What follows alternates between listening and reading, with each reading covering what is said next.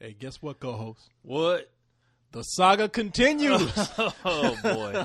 More with the saga. The Yes. saga is just ever going. Another man. goddamn chapter.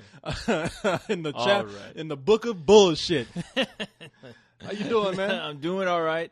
Heard you had to take a trip to Mexico for a tune-up. Yeah, I had to get a tune-up, and they had to fix my pie hole.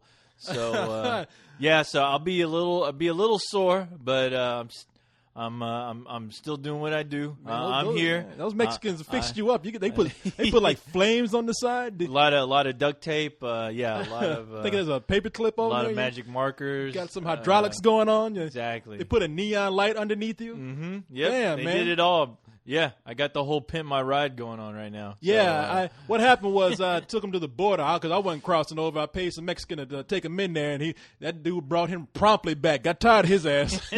He said, "Take this shit." Yeah, and they shut my ass down, so I had no clue. How you feeling though? I'm feeling all right. How's your vocal unit? My vocal unit, it's seen better days, but I'll be fine. I'll stick through it. So.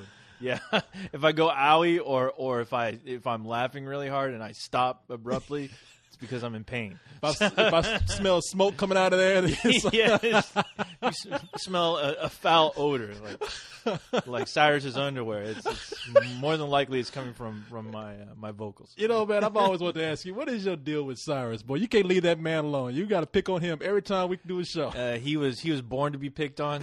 That's why I pick on him and. Until the day comes where it stops giving me amusement, I'll stop. And then until then, that day ain't coming. This saga shall continue. That saga continues. He can keep being the leader of that league all he wants, but deep down, he's still a dork. I'm sorry. And dorks must be picked on and ridiculed and have rocks thrown at them. And have rocks thrown at them, nonetheless. Yes. All right, man. Well, you know what? What? Well, I mean... I don't know what we're going to talk about. I don't think I know. You don't know? I don't know. Great. I came in here today and I was like, I don't know what to say. I ain't Great. got nothing to talk about. That's awesome. We're going to. I tell you what. You didn't find any more hood ornaments or any car decals, any dealing with vaginas. Tell you what. Testicles. We're going to talk about all that. This will be a surprise. Because people always say, "Man, y'all go long. This might be a short one. This might be one of those cold ones type." You'd be doing me a favor, yeah. Well, okay, all right. We'll see how we'll do see. this. We'll just see what happens. Yeah, we'll see what you happens. Never know. We have to wrap it up. We'll wrap it up. I don't want you fuming back there, catching things on fire. Yeah? Don't you worry about me. I'll be fine. Damn, I wish that was that hanger on you. Does that get satellite TV or anything? The hanger on me right now? That coat hanger hanging out the back. No. Okay, damn. I think somebody accidentally threw me over at the laundromat next door. Tried to use yours. Or somebody tried to abort something that shouldn't have been aborted. I don't know. Yeah, what? Damn, I look like one of those aborted fetuses with a coat hanger in my head. I can see. That part of Mexico in. We took you to the hospital/mechanic shop. So, get a tune-up and a baby at the same time. So, people, I hope if you feel good enough to be here, you all right? What? I'm here. Yeah. Okay. All right. You're like, I'm here. Okay. Yeah, I'm fine. Don't worry about me. He's like, shut up, leave me alone. Just just do your thing. Let's do our thing already. Shit, get this People don't want to hear about this. Well, they're ready for the comedy. Okay, all right. Well, the knowledge. Damn, they ready for the comedy. They've been waiting for a long time for that. How many shows have we done? They still here waiting for the comedy. Yes. All right. So, people, man, damn, we tell y'all every week. This show is just about bullshit. Tell them again, Corey. Damn. Apparently they got some bullshit between their ears because they don't listen. What do y'all not understand? I keep trying to let you know every week. The co-host and I sit here. We bullshit. We bullshit and bullshit some more. Talk about what's going on the earth. Mm-hmm. Maybe even beyond that. We might we talk about we solve the world's problems. We might solve the galaxy next. We might find life on another planet before this is over with. You never know. We have the answers to all these things, yet you still can't manage to find me a decent mechanic. We talk about saving the world's problems, but you still got to go to Mexico and get a tune-up. Corey's too busy saving money. Son of a bitch. That stimulus plan going on. I stimulate my budget by taking you to the cheapest places I can find. Yeah. So we say we bullshit. We talk about just everything from politics to world's problems to you. Talk about you people. To women's products and women's products, all that kind of shit. We might invent a new tampon before this is over with. We might just solve periods. That's right. Women, you cramped up, let us know. We might solve that before it's over. We'll take pictures and put it all over the Spill.com. People want to see. And like I said, we really do like to make this show about the members. We talk about you. Who's member? Back. Apparently not yours. They took that off when I took it over to Mexico. You left something in El Segundo. Don't worry, I still got all my attachments safely hidden. So, but man, let me tell you something. We talking about the members. I got some members I want to talk about. Oh man, I'm telling you. Okay. So we talk about the members, and being there, we talk about the members. We read your emails. Mm-hmm. We not only talk shit about you, but we make up for it for reading your emails. Talk shit about your spelling, your grammar, everything. All that shit. Yes. Yeah. That's the other thing. Mm-hmm. What's the other thing? I tell people, please. What do you tell them? Please, people, members of Spill.com and anybody beyond that, please, do not try to do this at home. We are professional bullshitters. You might hurt yourself. Yes, your mom does not want this kind of bullshit all over her nice, pristine walls. It's not good. Yeah, the house might catch on fire. You try to do what we do. So please do not do this. Yes. Now, co-host, I warned these people. Uh-huh. I told them what we do. I heard here. you. I warned them about this. I heard you. I'll let them know. You let them know. Well, now that they know, even if they don't know, then you better ask somebody. You don't know, now you know. I know what we're doing here. I'm ready. I'm ready too, brother. If these people are ready, I hope you're ready. But if they're not, ready, I'm ready. I'm ready. If you're ready, then... And if that kid over there is ready... Are you ready, kid? Yeah. He's ready. You know Corey's ready. Well, that kid's ready. I'm ready. You ready? Let's do this. Yeah. Woo. Ow. Yes. My vocals. Hey, kid, where you going? Come back here. Stop running. He's on fire. Come here, boy. Don't just run. You said you were ready. I set him on fire. Is that kid running? Listen to him. I'm on fire. Told you, kid, you can't hang out with us unless you professional bullshitter. That's right. That's what happens when you don't know what you're doing. Nah. So, yes. All right. So I should have wrote this down. You know, because I do have some things I want to talk about here. We have topics today. We do have topips. So topics of discussion. There are two movies I want to talk about. And we got to talk about boy, them. Yes. Can you guess what one of them is? Okay, you take it too goddamn long. Return of Garfield? Okay. I don't know. We're going to talk about, of course, we got to do this. I know people saying we're tired of hearing about this. I wish it would just go away, but you know what? Dark Knight? We're going to talk about that again? We're talking about Dark Knight Part 2. All right. No, we're going to talk about Watchmen. Oh, because yes. We recorded our review. You sons of bitches. Now, I did want to bring you in, but I didn't know how you would feel it. Now, that's the God honest truth. Yeah. If only you believed in God, you son of a bitch. Yeah. Well, I believe in God when it's convenient. When he's helped me out with a lie like this. Well, I swear to God, man, it's true. We didn't want to bring you in because we thought you were sick. Thought you was ill. You believe in God? Well, you're fixing to meet him. You're gonna go meet him. What you gonna do? Get done with your I ass. love the way you just talk shit. Can't do a goddamn thing over there. We're gonna talk about Watchmen, but before we get into Watchmen. Mm-hmm. Oh, and then we're going to... What's the other movie? Okay, there's some members I want to talk about on the site. Some members who are very talented. We do this every week, talk about some members who are talented. Artists. Man, I got some more art to show you. Yeah. But, there's a few of them I've seen. But not only just art of the ink and pen kind. I'm talking about the art of the flesh. Oh, God, please. No, I don't want to see Ken naked, dude. I'm sorry. Oh, hold on real quick. Yeah, I'm sorry about that. Barack Obama needed my advice on another package coming through. Oh, really? Yeah. Package? Wait, you guys are talking about your packages? His package. He's like, hey, you think this is infected right here? It's like, damn, what Michelle gave you, man? Yeah, there's ways of curing crabs on the internet. You don't have to interrupt our show. I want to see that stimulus package, right? Ain't nothing stimulating about that package right there. Mr. Obama. I love you, man, but I don't need that kind of stimuli. But I sent him on his way. So told him a cream to get everything's fine. Yeah. Hope is down the road for the crabs. Man, I don't know what I was talking about. But what were you talking about? You were talking about naked pictures of man, let me tell you something. I don't want to bring anybody's name up, but I got some questions. I'm not going to bring up any names at all. Questions? I got questions. What are you, a cop? Yes, I am. I'm a detective. I got to get to the bottom of this. Yeah. I'm not solving things. You Rorschach tonight? Exactly. There's some other thing. Oh, want to bring up some some advertising campaigns people are doing that I just don't think are working. Advertising campaigns. People are doing things for movies, and I saw something. We'll get into it. I'll tell you about it in a little while. Okay. Remind me of this now. All right, I'll remind you. Keep me posted now. All right. Put this to your data banks. It's in my data banks. It's coming right out your ass. It's in all my banks right now. Banks. By the way, you say bank. All my banks. I'm not going to remember this shit. Y'all know you ain't going to remember this shit. I should have wrote this shit down, but I'm thinking about this shit right now. All right.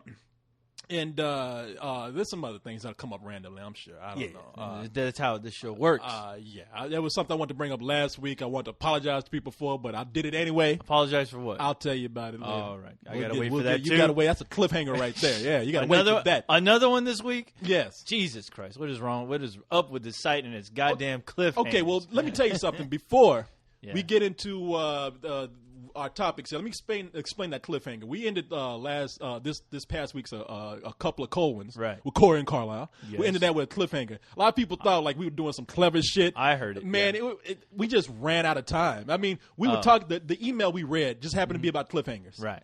And so Carlisle was talking, and I was telling him, I was like, man, this thing is going to stop. The computer's going to stop recording. It's reaching that hour mark. Just spit it out, whatever you got. And you can't rush a question like that. So he actually answered the question. So he was about to answer the question, and I said, hold on, wait, it just stopped. And then he went to go take a shit or something. And then he came back, and he was like, all right, so let's go ahead and knock this out. And I was like, well, you know what, man, listen.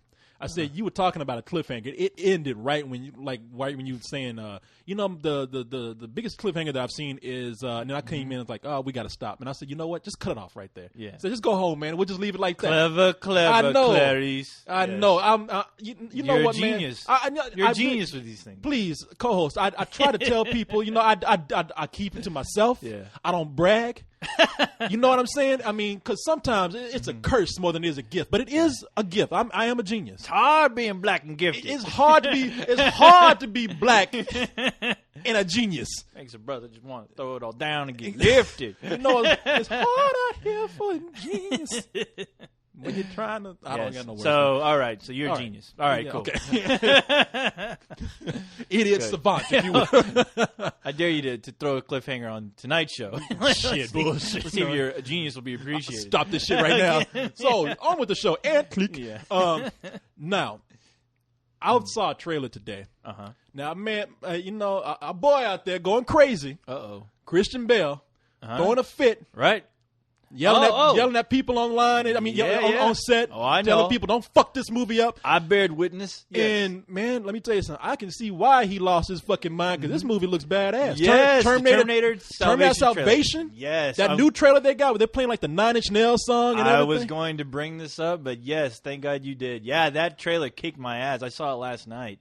Somebody posted it, and we posted it. Yeah, no, but that's where I saw it. I was like, yeah. And I was like, no shit. And I was like, maybe I should just wait to see it with Watchmen again.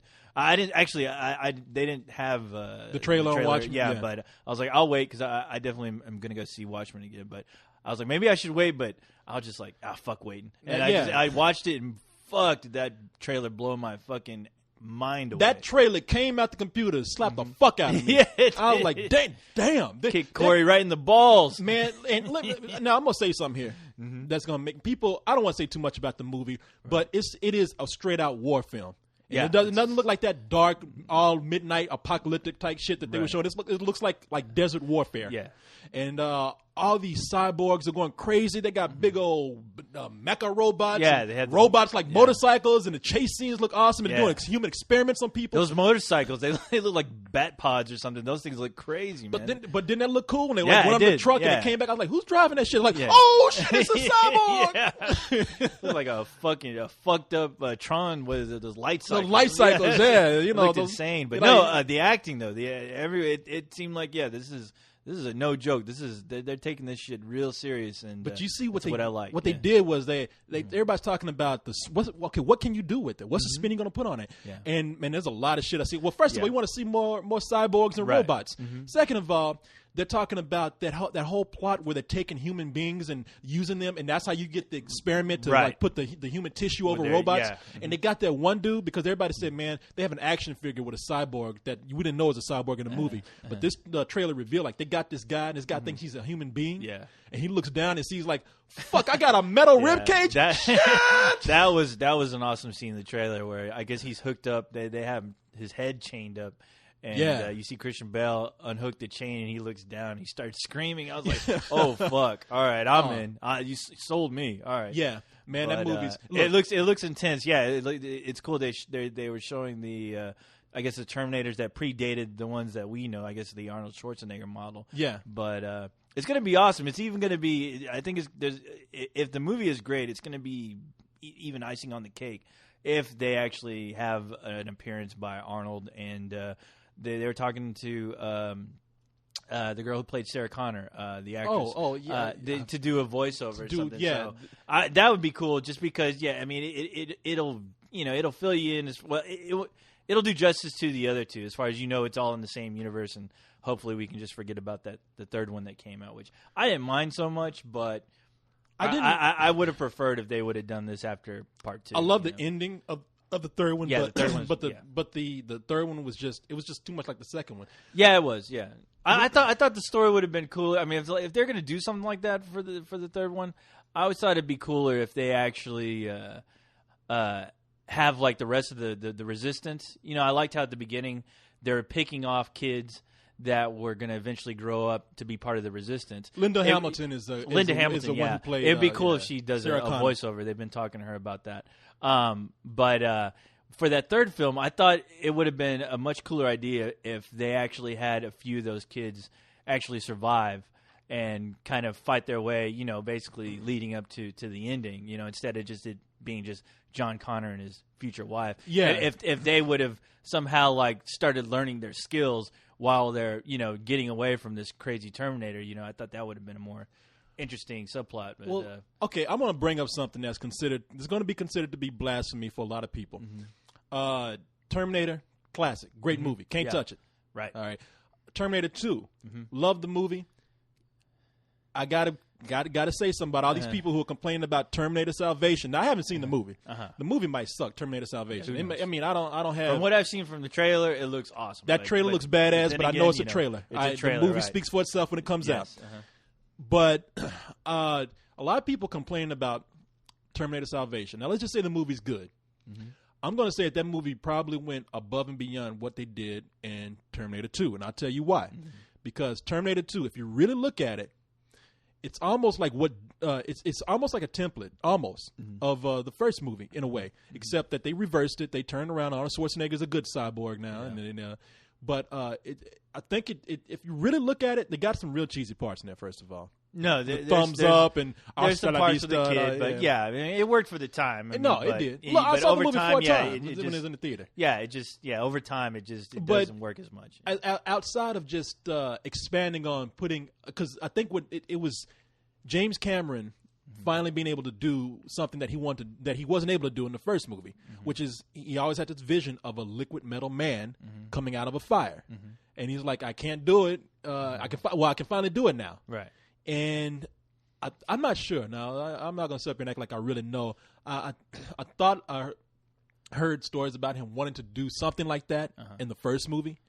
So I'm looking at this second movie. I'm like, it's good. I mean, it was a great action film. But outside of making Arnold Schwarzenegger good and giving us a liquid metal man, what did they really expand on with the history of this war with the robots and everything? I thought it touched more with all that, but also, I thought it basically gave depth to the characters as far as dealing with John Connor, with him realizing that his mom could be a complete just nut job.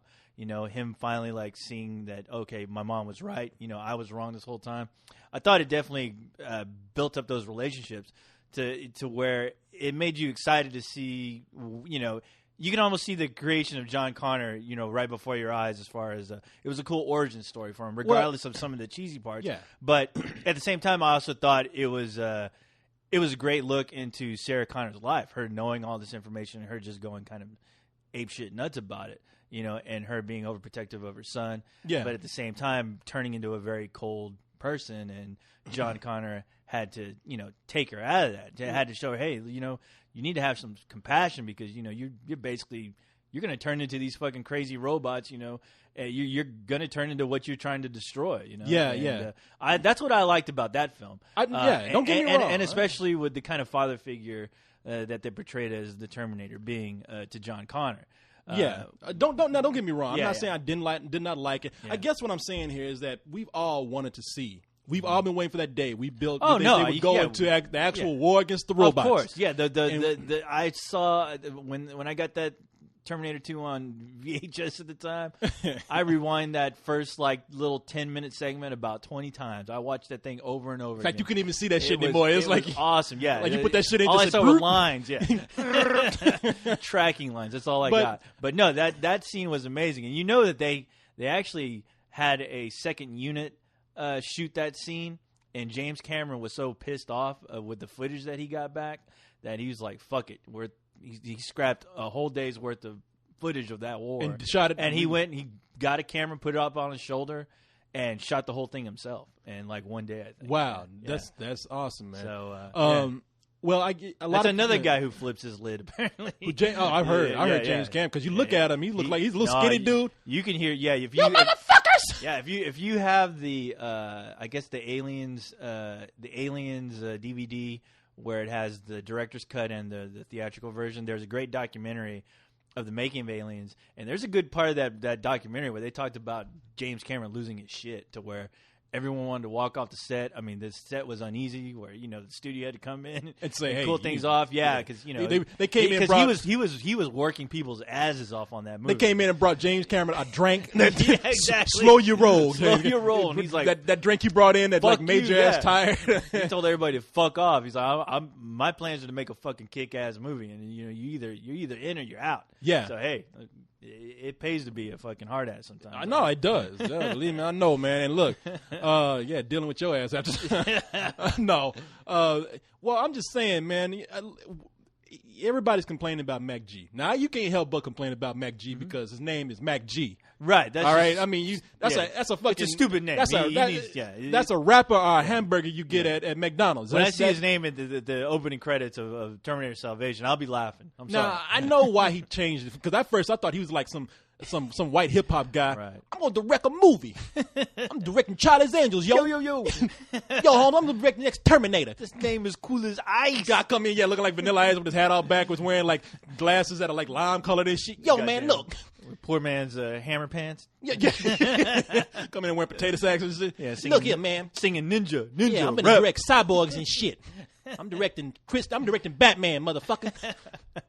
No, Mac G. Okay, sorry. No, Mac G, man, his name is like, I heard him say his name. He's like, look, I'm not trying to be hip. I'm an Irish guy. It's McGillicuddy, something like that. So he said, change your fucking name. Yeah, you can do it. You can legally change. You can have a Hollywood name. I mean, change it. Change that name to Fred. I don't give a fuck. Change your name to Joe. Don't change it to McRib.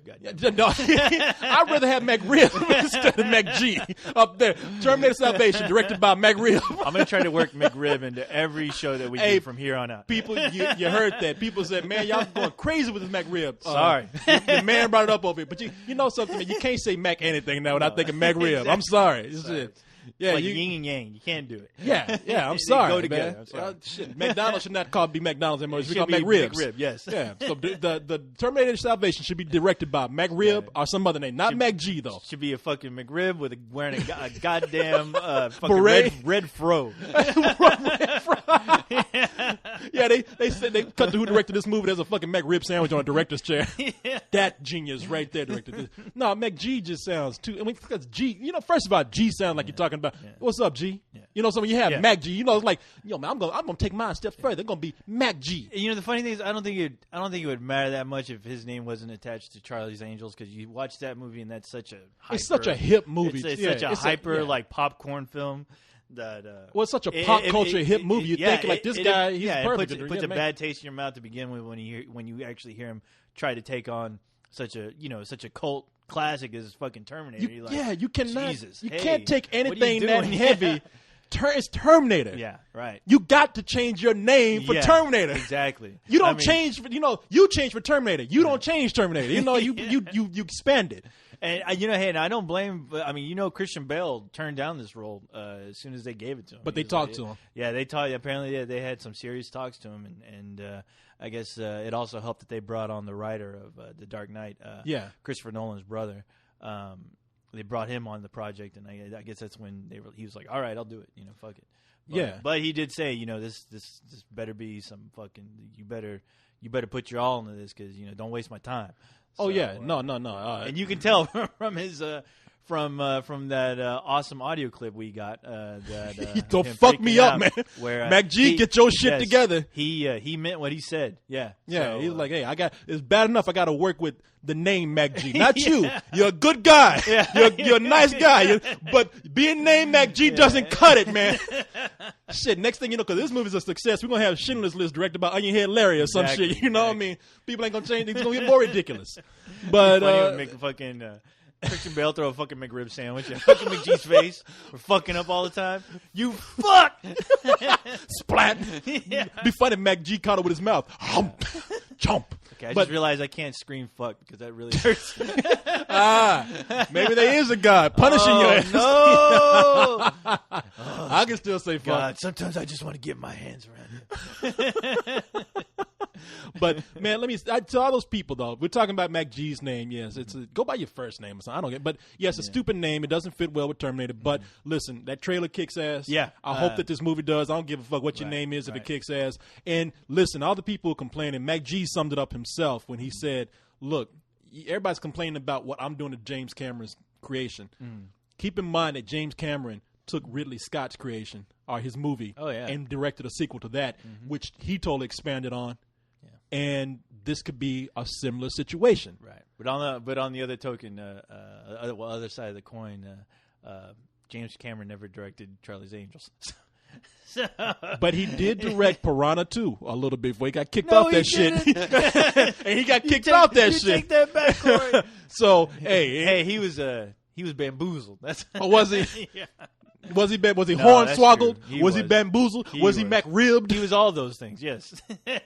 I mean, hey, but like I said, the proof is going to be in the movie. I mean, everyone, hopefully, if it turns out as awesome as it looks, everyone will be believers, and everyone will just have something to look forward to. Everybody, the next couple of summers with Terminator: The Salvation Part 2. So this is a planned trilogy. So. I'm just looking forward to seeing Christian Bale be fucking John Connor and fucking whoop some ass. Because in my eyes, like I said before, it's gonna be, to me, that's Bruce Wayne kicking some ass. That's Batman kicking Terminator's ass all over the place. That dude's the luckiest son of a bitch.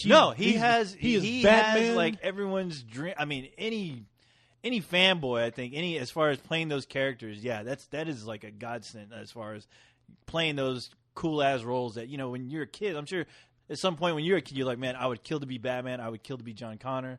I mean, shit. I'd kill to be Rambo. Yeah, I think he's going to be the next Rambo. He probably will be. They're going to do a prequel to Rambo so he can be there. Yeah. I heard they're making a DuckTales movie. He's going to be Scrooge McDuck. No, I never had any desire to be Scrooge McDuck. Scrooge McDuck was a badass, man. Don't talk about Scrooge McDuck. If you say so, Corey. Any motherfucker that can dive into a pool full of coins and not bust his fucking cranium is a badass. I guess so. Yeah, you got yourself a point. I was Christian Bale as Scrooge McDuck. I'm putting it out there right now. I would not know. You know how they had to talk him into being John Connor? Let me go talk to him. Hey, Christian Bale, I got the greatest DuckTales Scrooge McDuck script. Gonna hear him on the set. Man, I'm a fucking duck. Don't fuck this up for me. Corey, come here. Get your robot together, man. What don't you fucking understand? I'm a goddamn duck, and your robot's rolling across the sea. See me running around in a goddamn bear suit going doo doo doo. I can see you making Christian Bale crazy. So. Who, me? Yeah, you. Hell no.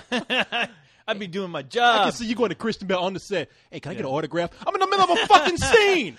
Yeah. What are you doing? So what does that have to do with me getting an autograph? Yeah, Come on, hurry up. I'm busy. Valuable. I got things I got to do. Come on. You're a professional son of a bitch. I got to go watch my busted copy of Terminator 2 again. I got to sell this shit on eBay. Hurry up. I'm losing money, bitch. Yeah, time is money. Come on. I got to get your autograph. I got to go get fucking, what's her name from the Spider-Man 3? Bryce Dallas Howard. Gwen Stacy. I got to get her autograph. Get her autograph. Come on. I even get Mac G. What you doing? Come here. Got to get his autograph. Yeah. Sign Drew Barrymore's ass. You got the orders. You got the shortest autograph here. They gonna take you no time. Mac G. Done. Thank you. Good night. This movie better not suck. Good night, everybody. Roll out of. Okay, now I know I'm not gonna forget Watchmen. All right. Oh, don't forget. I'm not gonna forget Watchmen, but we're gonna take a break from the comic and sci-fi movies and talk about some real shit. All right, let's do it. Talk about something that's earthly. Real earthly. Earthly. God, earthly. Don't start getting all environmental. I know. Fuck the whales. But I haven't. But I tried to fuck a dolphin once. It didn't work too much. You said swimming with the dolphins. I'm sorry. Listen. Now you know this girl. You know what I'm talking about. Ooh. I'm not gonna bring up her name. Ooh, no. But okay. Give me some hints. Okay, she's a girl. Naked. Okay, okay. That's all I gotta say. Naked. Naked. Not even NAKED. NEKKID. Naked. I gotta Google that. Yeah, exactly. All right. Okay, I know exactly who you're talking about. Yes. What about her? Did she leave you a picture? She leaves me lots of pictures, but did she leave you people? I don't want to bring up a member's name, but look, I ain't gonna lie, the girl is hot. Girl. I mean, hey, look, I'm gonna bring back some old language. Girl is fly. Some old language. Girl is fly. She's looking up that word right now. Was that word fly? cool at some point? What does that mean? She looks up and she sees In Living Color. Shit, fuck that. She sees the Wayans brothers. What? She sees she sees Jennifer Lopez. Fly, yeah. Goddamn, leader of Fly Girls. What?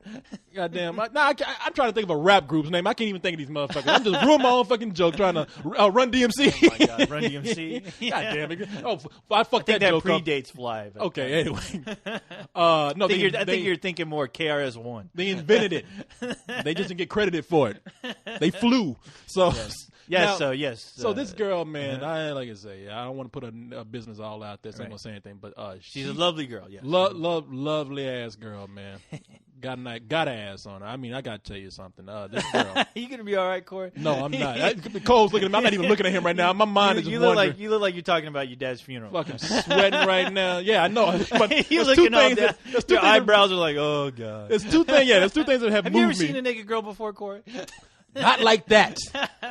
This girl. I have seen it like this, but it's good to see it again on the internet. Yeah, on the internet. Somebody that you actually, Okay, now this is somebody you actually know. Look, this girl is posting pictures, and I don't want. And she's of age now. Okay, people. She's and she's like very of age. I mean, she's late 20s. So yeah, I mean, so that makes me feel comfortable. Okay. I don't want her to be an example for young girls to do this on the site, but we never said this was for kids anyway. And the other thing is, I don't want her to stop, and I don't want to stop anybody else who is of age, a good age, who wants to do this too. But oh no! Now, I know now you're inviting trouble. I know now you're inviting plenty of people that like Kent. Who don't need to be taking naked pictures and posting them on the website. Yes, we're gonna get people like Kent and Renegade. Yeah, Dr. J posting pictures and shit. Please stop the madness. On fucking rugs. No need to do that. Doing that Burt Reynolds shit. Be yourself. Yeah, we're getting the wrong people. Find your own niche. Oh, why not? Yeah, sure, I'll do it. Draw pictures. There you go. Yeah, we don't get people we want to see like Sugar and all that kind of shit. We're gonna get people like Kent posting with a fucking Xbox controller between his legs. God damn it, Kent. Yes. Man. Gym Nazi, I wouldn't mind so much, but Gym Nazi. Gym Nazi. I'm gonna show you. I'm gonna get you somebody. I mean, we're gonna do a big brother, big sister, little sister program right here. Okay, now now you're starting to scare me. Now calm down. I'm gonna give her. I'm gonna make this girl I'm talking about Gym Nazi's mentor. Show her the way. Show her how things should be done on this site. That's exactly what they're all looking for. This girl, girls love mentoring each other. Yeah. Exactly, and that's why. I know what I'm doing. I'm trying to go. Speaking of mentoring, the kind of mentor I'm talking about now. The last picture that she put up, did you see? It was her and another girl. Yes.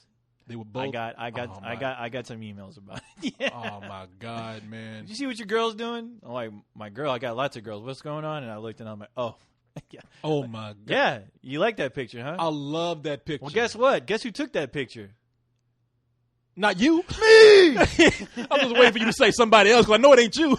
I did it. You no, take I shit. don't know what the hell she's doing posting them up on your page, because I told her we're going to be sending anything. That shit, the film costs money, and we should not be giving anything away for free. Now, see, people, co-hosts pride themselves on having all these little girls come on his site and giving him all kind of love and pictures. There's more pictures like that on my sister's site called pervertcohost.com.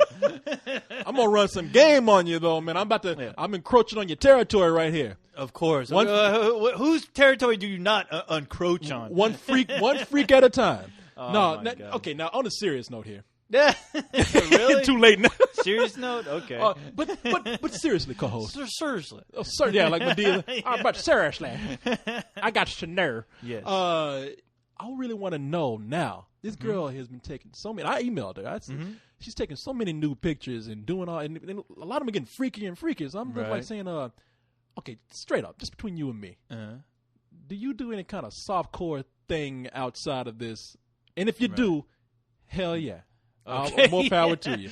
Yeah. And because if you do, hip hop parade. I want to hip hop parade. Oh, I want to be steered in that direction. Okay. Do you know something? Do I know something? This is my detective work. Right? I'm questioning you. You're questioning Let's get to the me. bottom of this now. Okay. Interrogation time. I'm no rat, Corey. I'm no rat. No, that is. I love this fool up here talking about, I'm no rat, but that is Blank's business. He just threw that name all out there. I had to go back and stop this Sorry. shit. No, that is up to her. I do not make her decisions for her. As far Do you know? Do I know? Yeah. I'm not at liberty to say. God, I'm so sorry. We don't even know her. When I'm not giving her name out I there. know. You can't tell me? No. Why? Because I don't want to. That means you don't know a goddamn thing. You don't know nothing. Shit. Well, as long as you think that, that's great. Okay, yeah, that's what I think. I love the way you're trying to pull me along. Let's just say I'm a very, like God, I'm a very jealous God, and if you're a very vengeful God. A very vengeful God as well. And what is mine, Corey, is mine. I do. Okay, there's a few things you don't mess with. Number one, you don't mess with my oil. You don't mess with my booze. You don't mess with my porn. You don't mess with my girls.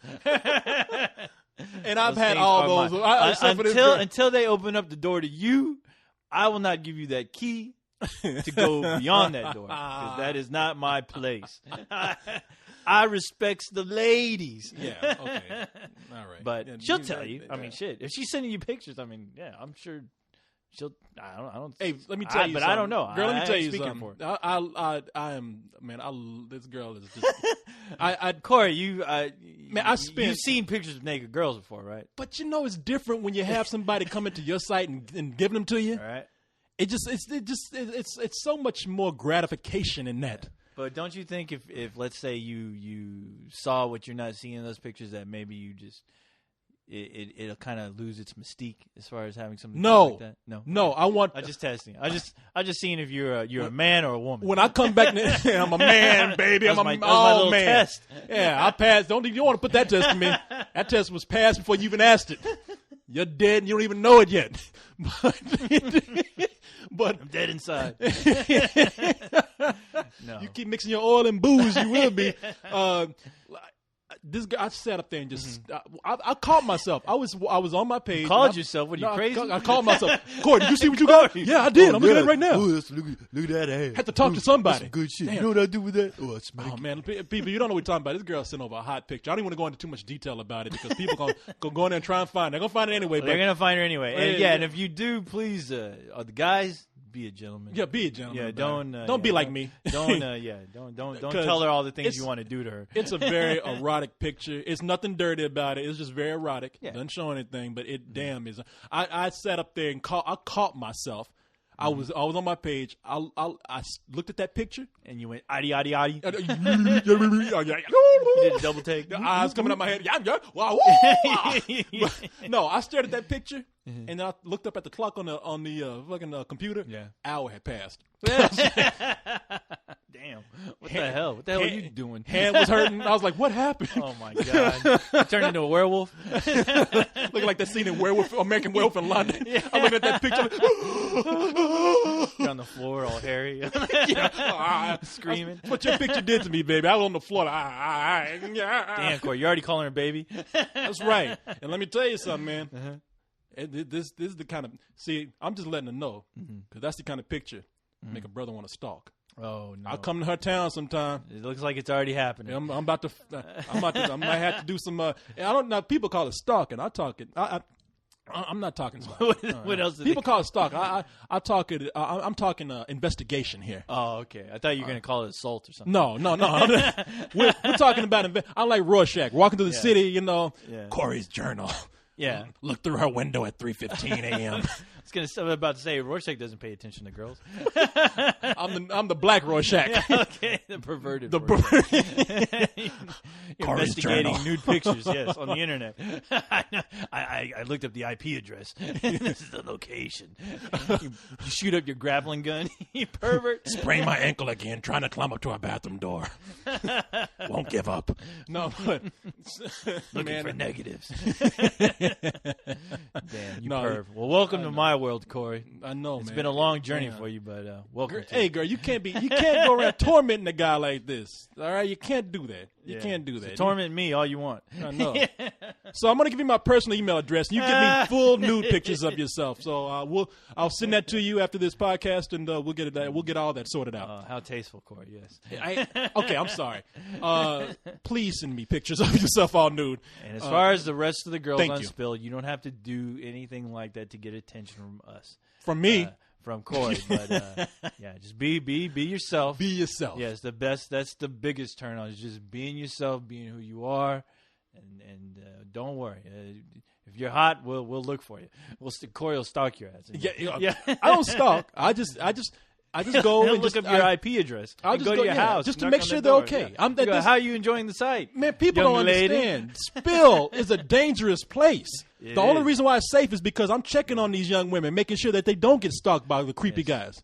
I'm sure, in being around Corey's laptop while he's looking at these pictures is also a dangerous place. Making it safe. You may get hit with something you just don't care to get hit with. You don't want to. You don't want to be. You don't want to interfere with people's fun on this site. So I do it in a way that is just behind the scenes. Yes. Very unobtrusive. Noticing your keyboard there is really stop. What is that? Is that stop. Hair conditioner? I don't know. Stop it. I stay out the way. I stay out the way, and I'm in the background, making sure the world, the Spill world is safe for these young women out here. That's what I'm doing. Doing a great job, Corey. Well, going on the page and just staring at the pictures. Yes. Well, that does a lot. Corey got a naked picture. Yes, so. I'm all happy. I got my first one. Hey. I get those pictures all the time. I'm bored with them. I'm bored. Give me some. I like playing cards. Now I'm looking for pictures with girls and goats. That's what I want. That's what I'm looking for. I'm a goat, and I take my pictures naked. That's right. I want to see them eating their own milk. That's what I want. Oh, okay. That takes on a whole other level there. I'm sick. Yeah. Is that what's going to help you out? Yeah. So if that would have helped you out, like I wouldn't have to make that trip to Mexico if I just would have got you some lady milk? Yes. Okay. All right. Listen, anyway, hey. All right, I want to. I love our fans. Yes. I know I love them too when they're naked. Ken, go ahead and send some naked pictures in too. I know. We can't wait. Ken. Yeah, exactly. I mean, hey, I don't get that many, so Ken, go ahead, man. Give us show me some love. Yeah, give Corey some of your breast milk. I'm Kent and I eat my own milk. Kent knows I'm messing with him. Kent's a cool guy. Kent might be moving here. Don't tell me Kent's problem. No, that's going to be our problem. That ain't Kent's problem. That's your problem. That ain't my problem. Because every day it's going to be like, what's from Kent? It's going to be like me and you. Kent, we're eating dinner. Oh, really? What are you having? Makes himself in. Comes right in. And instead of Raymond stories, we're going to have Kent stories. Kent trying to strip at the Chippendales. Kent's cool. Kids know I'm messing with him because I like him. He's all right. He's a funny guy. So listen, I want to apologize to the people on the site. Because, what did you do now, Corey? Well, it's nothing that I did real bad. Did you send them naked pictures of yourself, you sicko? Red Troll drew a picture of me. Oh, see what that's talk about an angel. There you go. That's that girl. Now that's the girl I don't want to get. I don't want to see her get naked for anybody else but me. You have to earn that, Corey. You have to earn it. That's the kind of girl you got to buy flowers. She's a sweetheart. And then you look at her and say, "Damn, bitch, I bought you flowers. What you want? Get naked. I'm ready for action. All right, here, you want some chocolate? Let's do this. Give me that Mars bar right there. All right, give me a Snickers, whatever you got. Reese's Pieces. There you go. Now can we get down to business? Look, I'll tell you another funeral story. Come on. Yeah, here you go. Let me tell you. Hey, you know something though? What? That's funny you would say that because I gotta tell people. A lot of people. All right, I want to apologize and seriously because. When we did tell that funeral story, I had told that story about me going to the gas station and not being able to change the tire. A lot of people came, but they were okay with it. No. Okay, I had to tell you, I felt like the biggest asshole of that day when you were talking about it because I said it only because I was like, because I swear to God, I thought you said it like the week before, and for some reason I was just gonna go, oh, I think you told us, but. I don't know. I should have kept my mouth shut because I felt so horrible after people telling knew. You that. No, I mean, people would have known anyway. You were telling a story about your dad, and it was a great story. It's sweet. And I felt like the biggest fucking prick for doing that. Well, you are and I guess you guys didn't. But you know what? You guys didn't take notice, and I think I brought it up. And Leon was here, and Leon looked at me, and I guess it just clicked in his head that I did that. He's like, I can't believe you did something like that. I didn't even know. I didn't mean to say. I didn't want to ruin Corey's story. You know something? You worry so much about things. Like when you went on the Leog show with those guys, you came back with that whole elaborate thing of, what happened? That was crazy. That was a reflection of my work on that show. It had nothing to do with anybody there. That was a reflection. I was trying to give people a look inside of my mind and how I take my job seriously, how I look to entertain. I thought I fucked up or whatever. Yeah, I was crying over spilled milk. It was nothing big, and it turned into something crazy. Crying over spilled milk. But hey, you know what? Goat came in. Hey, it boosted up that goddamn Leog ratings. If I do say so myself. No, those guys are always looking for big ratings. Huzzah! Thanks again. You know who does a really funny impression of you, Grant, on that show? That son of a bitch. Hey! What's going on? It's like Pee Wee Herman. I was like, hey! That's all I get. Yeah, that's all it is. That's all it is. Because we were hanging out with him for Leon's birthday. Yeah. And I said, Grant, let me hear your impression of a co-host. He's over here. Let me hear it. He's like, oh, man, that's okay. I was like, no, let me hear it. And then he lit up. He's like, all right, I got it right here. Look. Hey! Hey! And I was like, yeah, keep going. Hey! And I was like, okay, is there anything else? No! You want to hear my Green Lantern story? Hey! Okay, now do Leon. Yeah. Hey! And I heard that Jason. Okay, I listened to both shows this week. And Leog, they were doing the second part of their game show. But Jason talked about his impression of you. But I felt cheated because he didn't do it. I wanted to hear a Corey impression, and he I did didn't it. You know what his impression is? What? This is his impression. Okay. He says, it's hard to do it when you're doing a podcast. It's hard doing it me. It's just hard being me. No, it's hard to do when you are doing a podcast because it's visual. Right. Apparently, I have this reputation for coming into a room and looking somebody in the eye for like a second, and then looking around to see who's there. Yeah. So, You're right.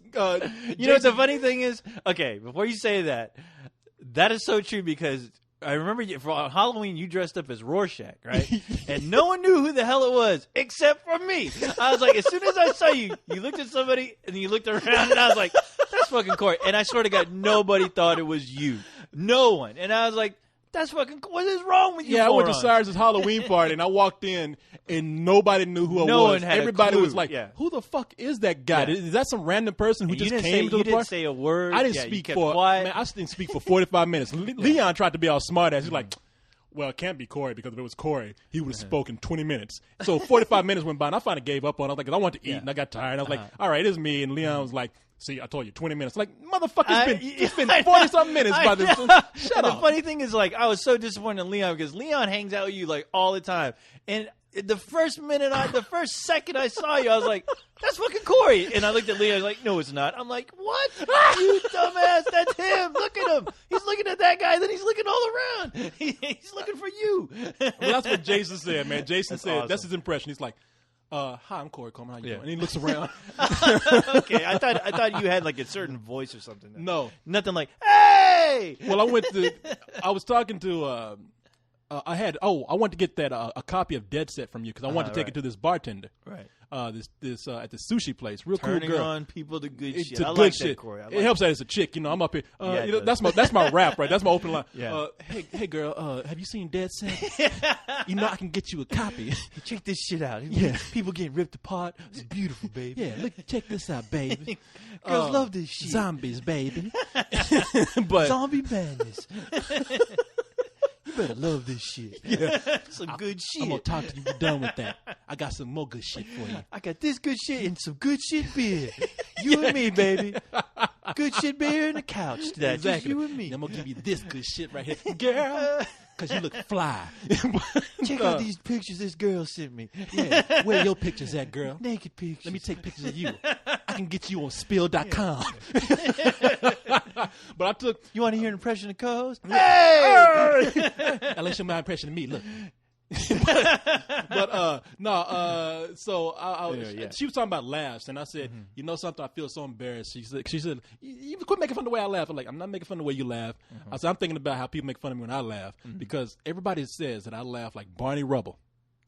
And really? goddamn them, they're right, because I guess I just been around you. I just got this thing that I do when I laugh. I was like take the beginning of this show. I'm like, hey, co-host. Okay, now you know how Barney Rubble laughs. Barney Rubble's like, hey, Fred. Yeah, okay, there you go. Hey, Fred, I saw you fucking your wife over there. But I banged your Fruity Pebbles. Hey, Fred, I stuck my dick in your Fruity Pebbles. Damn. Barney, my pebbles. You put your pebbles in my pebbles. But so, take the beginning of this show. Yeah, okay. Like I like co-host. The saga continues. Right. That's right. Oh my God! Now I'm gonna laugh every time you laugh like that. Now I got to get like that little brown that rug that he wears. Oh my God! With no pants. Sit up here and talk to you that way. Please! I will not. Wear the shows will stop today if you start wearing that shit. That bearskin metrosexual collar suit that he wears. No pants, no shoes. Yeah, you're gonna be sitting down. I have no choice but to look at your jingle bells, and I don't want to do that. That's I gotta let my balls breathe. Oh God! No! But yeah, man, it's no big deal. I told that story, and it wasn't. But it did remind me. Some people were making like a really. Some people wrote in, they were very nice. 'Cause I told people don't make a big deal out of it. A lot of people cool about that, but some people still wrote in. They were like, "Hey, look, man, that's really sad. With my condolences." Right. And so, and I was like, yeah, I saw that too. A lot of members were putting up, I guess, their parents who recently passed. Yeah, it was. Kind of. I saw those. I felt bad. I mean, it sucks. I lost a parent, but he's not dead. He just abandoned you. He abandoned me.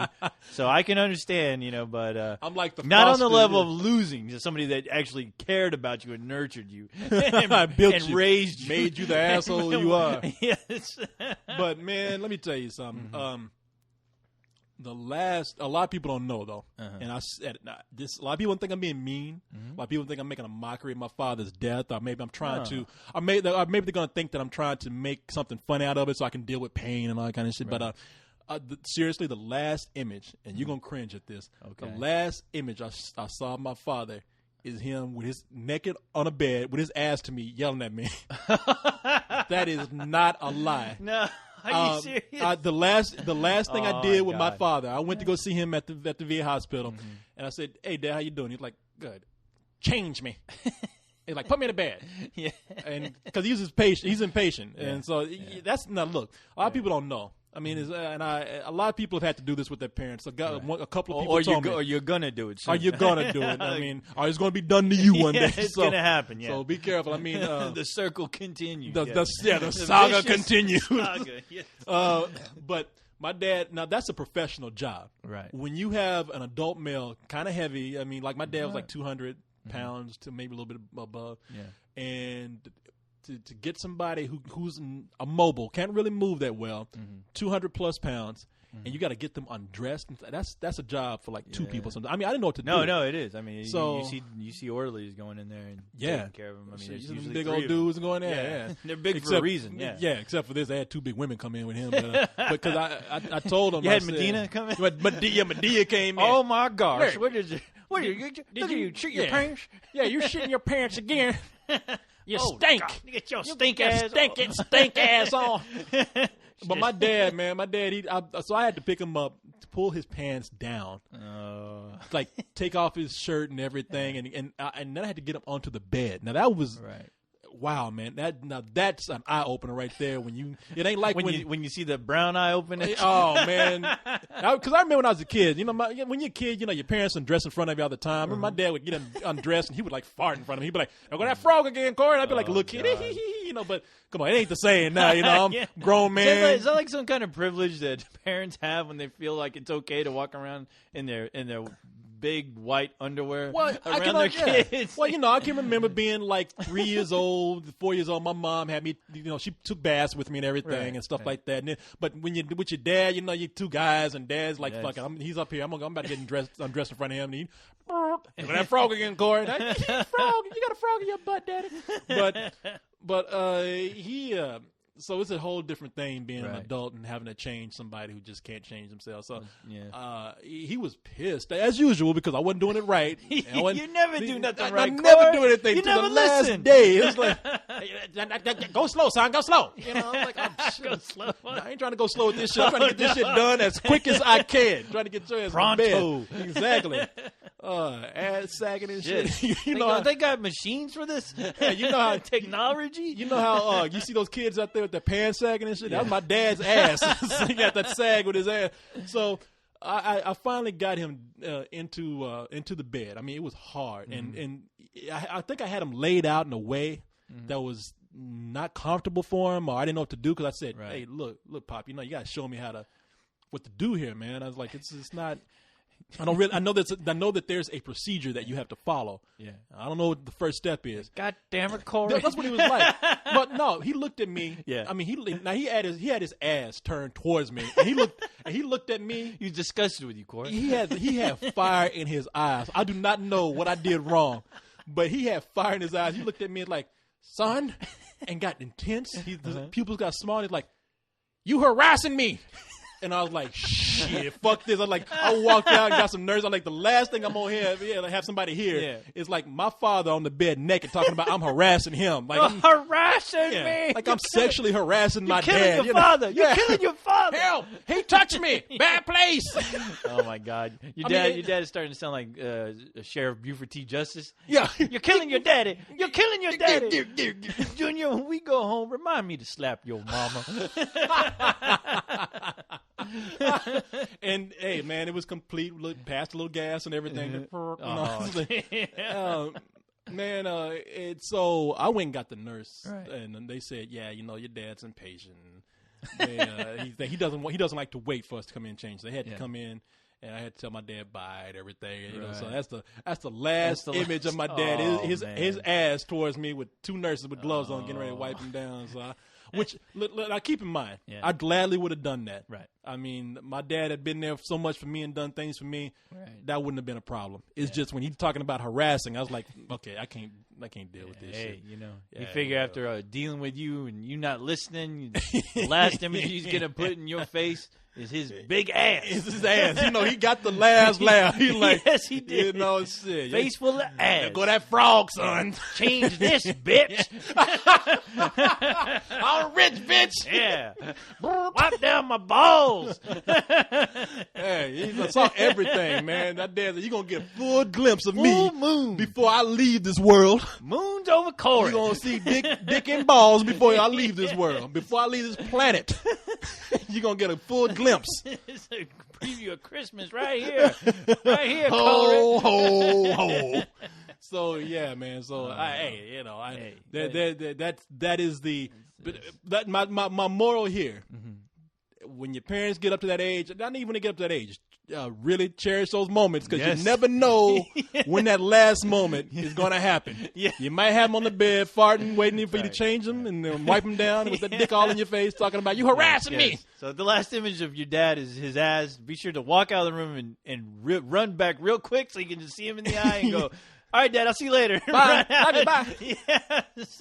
And they called my mom. The nurses called my mom and your son had to just see something crazy. My mom was laughing at me.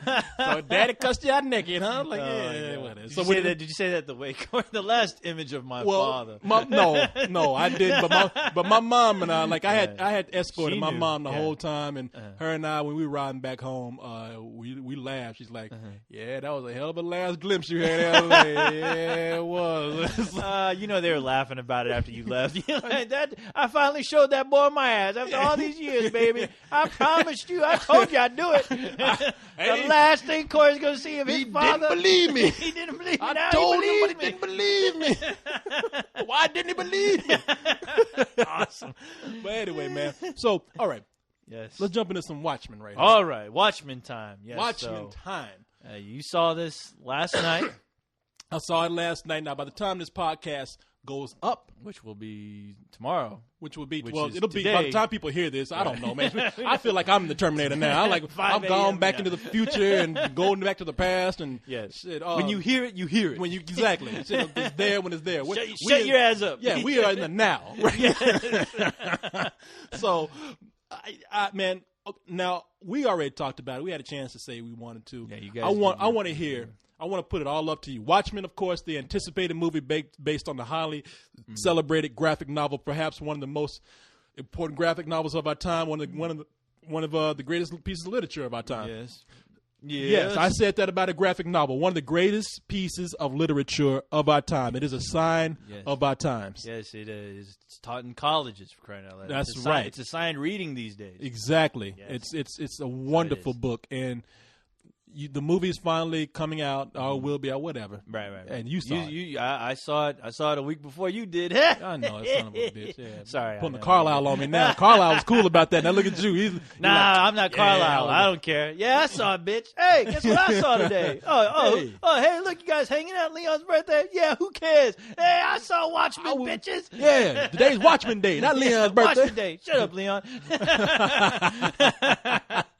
But let's talk about this. Damn, because I would love to give my review, but you want to wait and give. I want to wait. Yeah. I would love to do a review for it. Since you guys did it, I'd love to do my own little thing and get it out. I think but it'd be good for as far as talking about it, I thoroughly enjoyed the hell out of it, and I was super worried. I mean, I was honestly worried about, is this just going to be another thrown together movie with, just they're just going to take all the action scenes, extend them, cut out good parts of each character's storyline.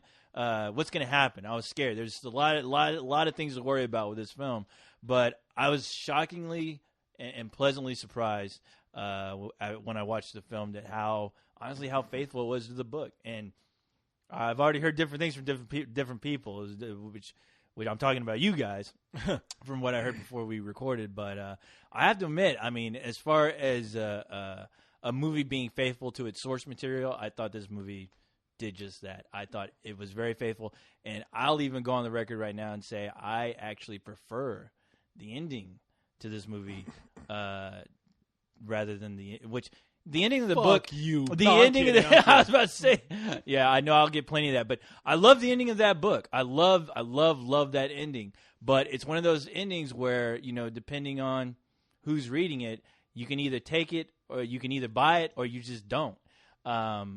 And when you're turning it into a film, it's a whole media unto itself, I don't think that ending in that book would kind of just drop a lot of people out of the movie.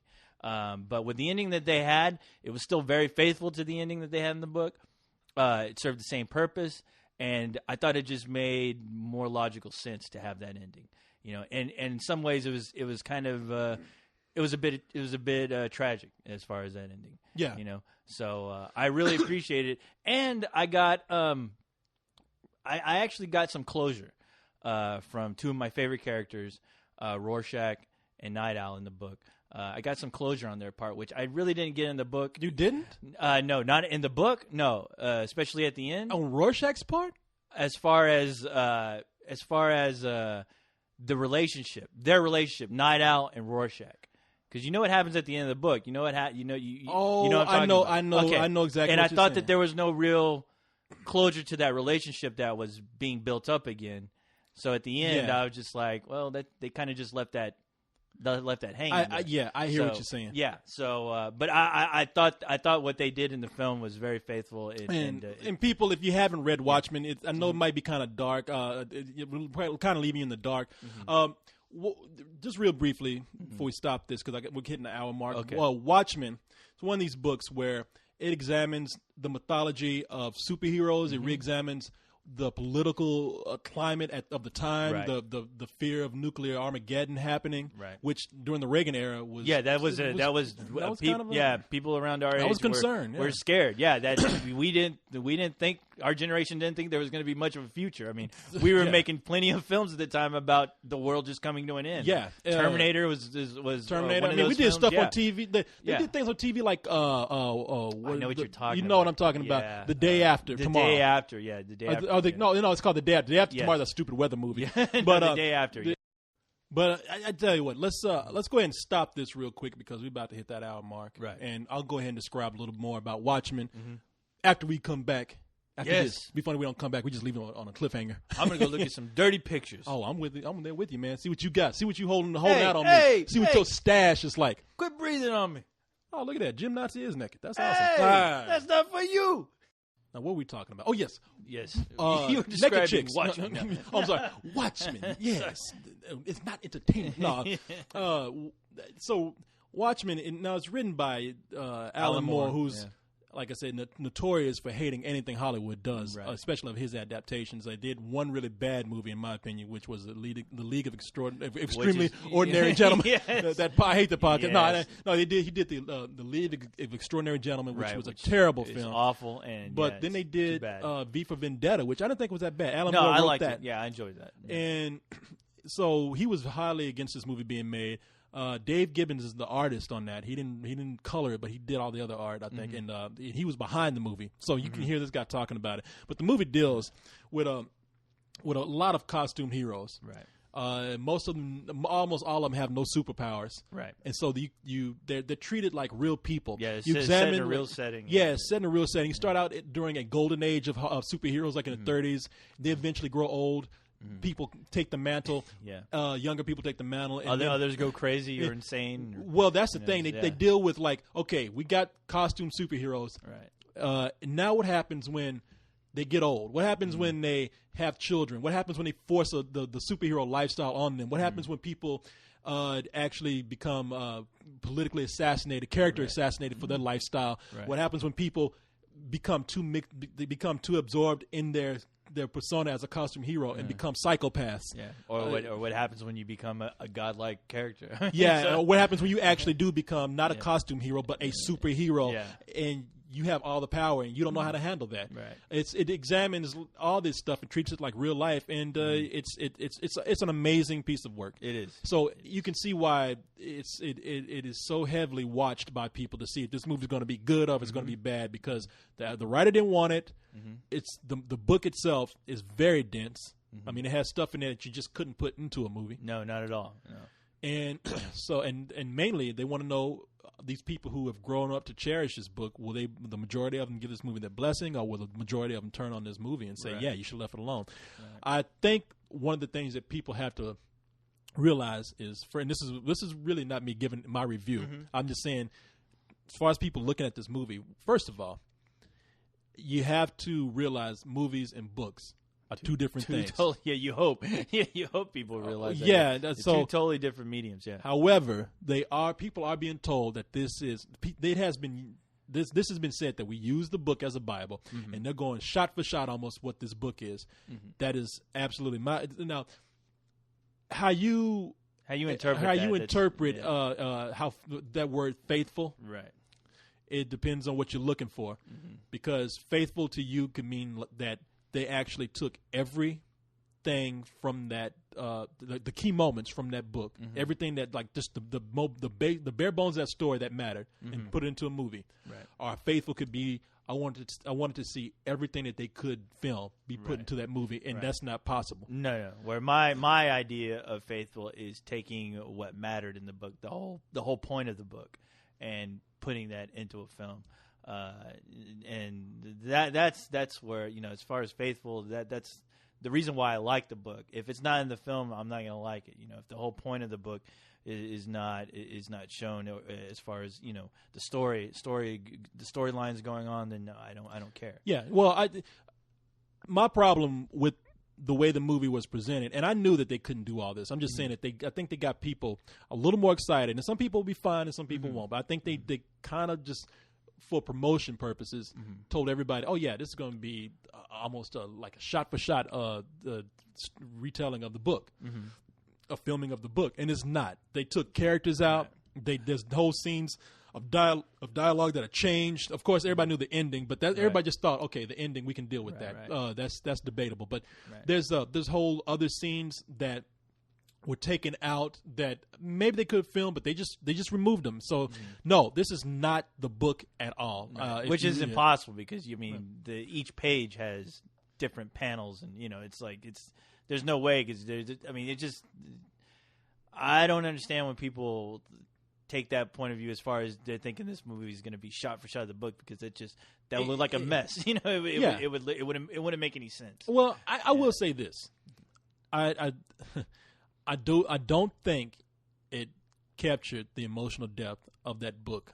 And this is why me saying what I felt about the movie, because people might be surprised. I don't think it kept the emotional depth of that book, which in turn made, I think, the movie kind of shallow. I don't think certain lines of dialogue were said well. I don't think certain actors were that good, and I think some things were changed around for the sake of the better. In some cases, you had to do that. I was prepared for that. I was like, it's a movie. Right. I don't mind.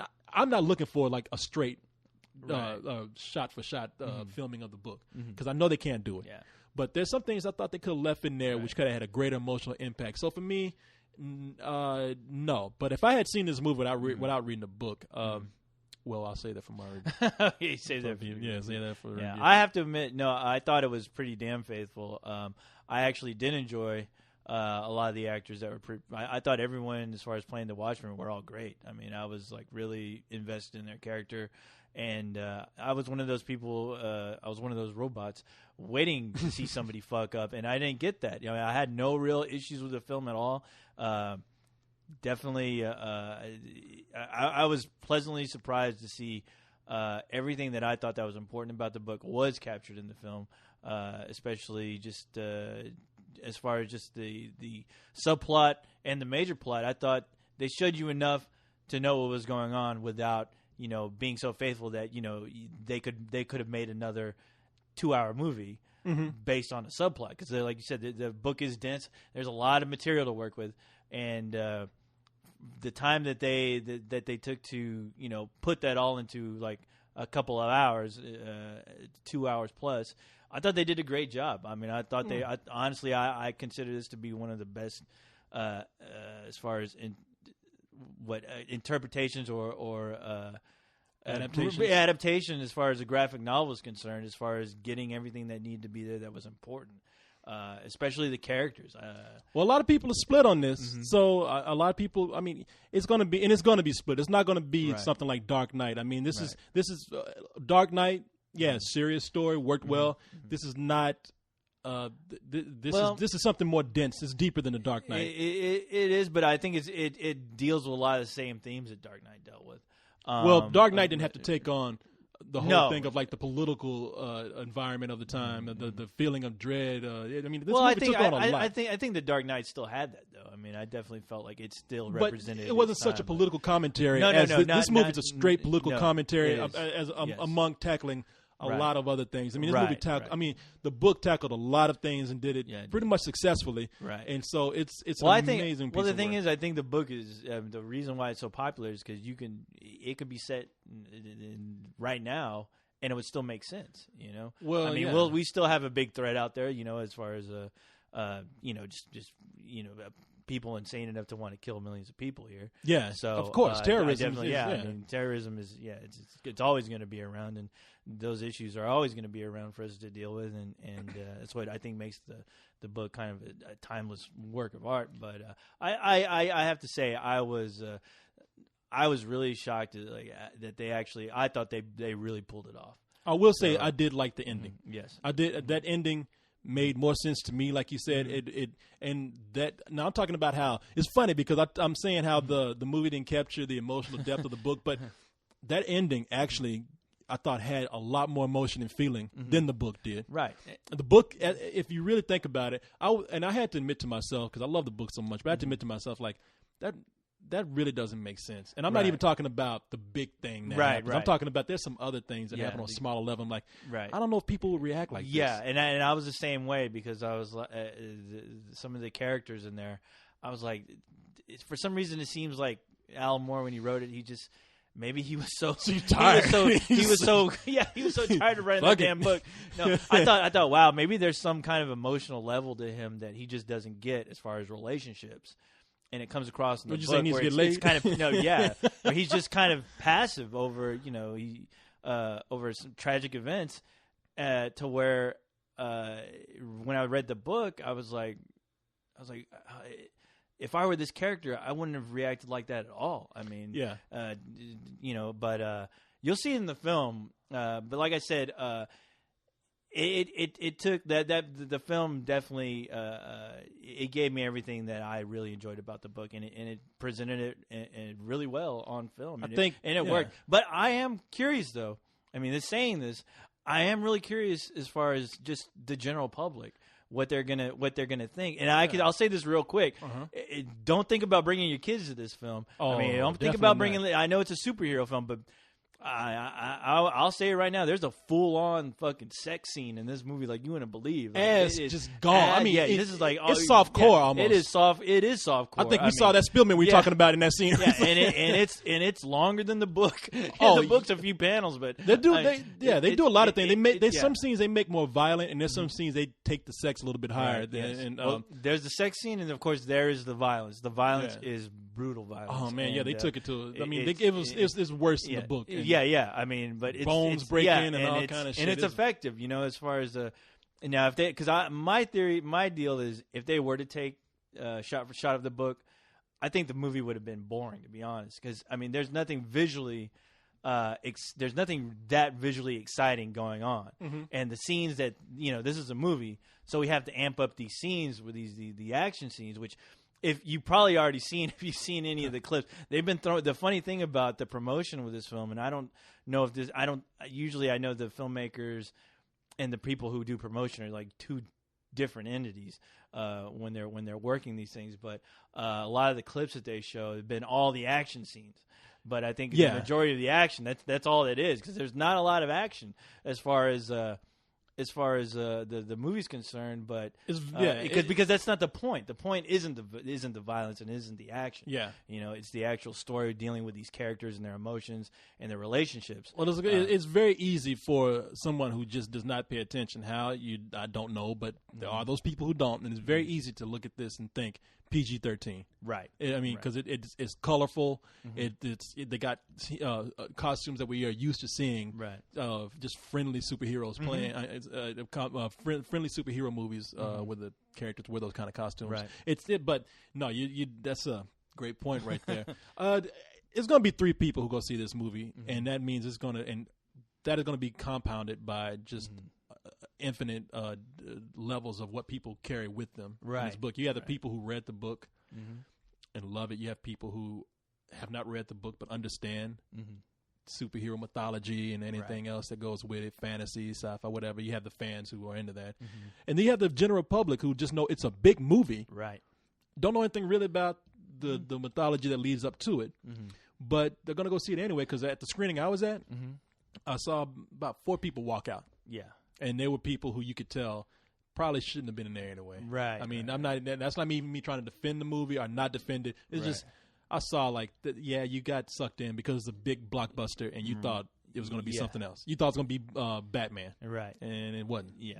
You thought you were going to see Spider-Man. And instead, you got some political shit going on. Like, before we close with this discussion, I will say one of the things I think the majority of people are going to agree on, and you tell me how you feel. Okay. I think everybody's going to think that Jackie Earl Haley as Rorschach, he nailed it. Yes. And for people who don't know who Rorschach is, not only he's the You'll most find popular out. character, You'll find out, and you're going to see him next Halloween everywhere. You thought Yeah. that's why I was Rorschach this last Halloween. I'm did getting a jump on this shit. The thing is, you did it way too early because nobody knew who the hell. I thought a good people majority knew. of people had no idea who you were. I was like, Jesus Christ, that Rorschach. Fuck. That's why I start talking. Like, who are you? Fucking Rorschach, Corey? God damn it. I think Corey got a name tag and wrote down Rorschach. I should have. He also pinned a picture from the comic book. This is who I am. Yeah. Watchmen. Hello, I don't my know name who's is Rorschach. But that guy, Rorschach is he has no superpowers. He's actually a very average guy, but with just a great amount of determination, and so therefore he's trained himself to be very smart and agile. And he has probably the coolest costume, which is the cheapest costume out of all of them. But he was the reason why people love him so much is because he has that. He's the darkest out of all the characters. He has that mystique. He wears the trench coat. He wears the fedora, and he has a cloth over his head, which. I said this in our review due to some people had a signs for it. They say because the heat in somebody's face, it causes the symmetrical patterns on his face. It's like a Rorschach test. Right. So. Yeah, the ink blots in the pattern in the cloth react to heat, and they do so. Whatever. I'm like I made the shit. Like I'm a scientist. Explain more. Yeah, Corey, exactly. Yes. No. Chemicals and things and enzymes. The whatchamadoulas combined with the doulamahickeys, but on an infinite level. But no. So I think he nailed that role, man. Oh, he did. I like I said, my two favorite characters. I thought he nailed it, and I thought the guy.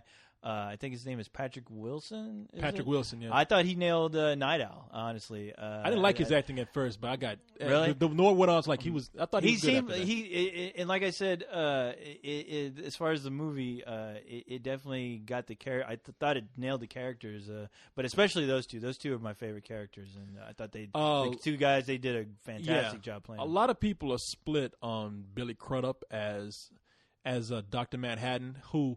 Billy Crudup is only in the movie as a flesh and bones actor for just a few minutes. I can see only one complaint that people, but other than that, the effect. No, the penis. No, I thought maybe the voice, his voice, maybe.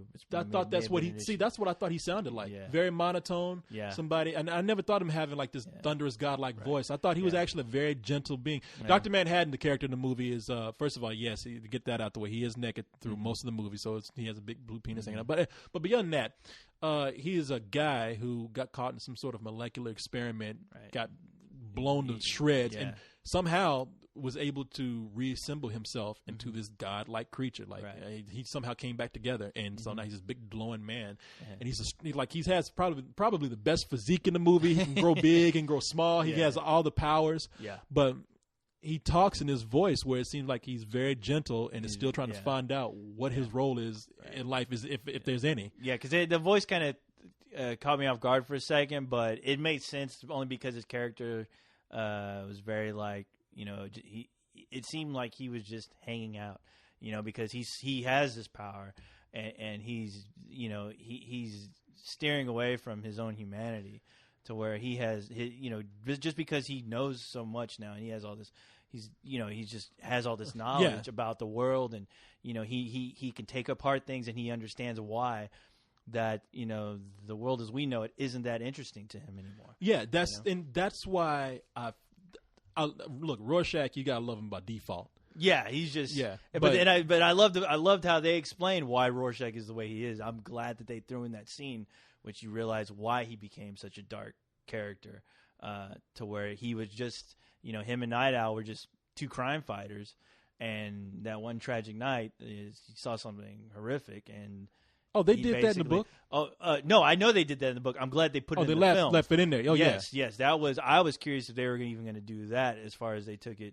They did that one different, too. He goes in and kills somebody. It's totally different. I ain't going to spoil it, but regardless, it's still the impact is there. The impact is still there. And that's what I'm saying about the ending. I got to agree, like, the ending, the impact was the same, if not greater for me. Right. So, the same here. But anyway. I'm real curious, though. I'm real curious. When I walked out, everyone in that theater were hardcore fans, and I knew a couple of people that had no clue about it. There was somebody I knew there who was just reading, who was like not even a third into the book, who brought the book, reading it before the movie started, and he was like, "Wow!" He was, for a second, he didn't know what to say, because I was like, "What, did you hate it?" And he was just like, "Wow, that was pretty incredible." And I was like, good. "Oh, cool." So, look, I hope the best for the movie. Yeah, somebody not knowing anything about the book or what it's about. It was cool hearing that. So, well, the reason why I hope the best for the movie is because, regardless of what I think of it, is because it's a rated R superhero movie. I mean, I don't want to see these things, and what I mean by superhero is like a costumed hero movie. Right, I mean, right. I like to see people do more daring projects like that.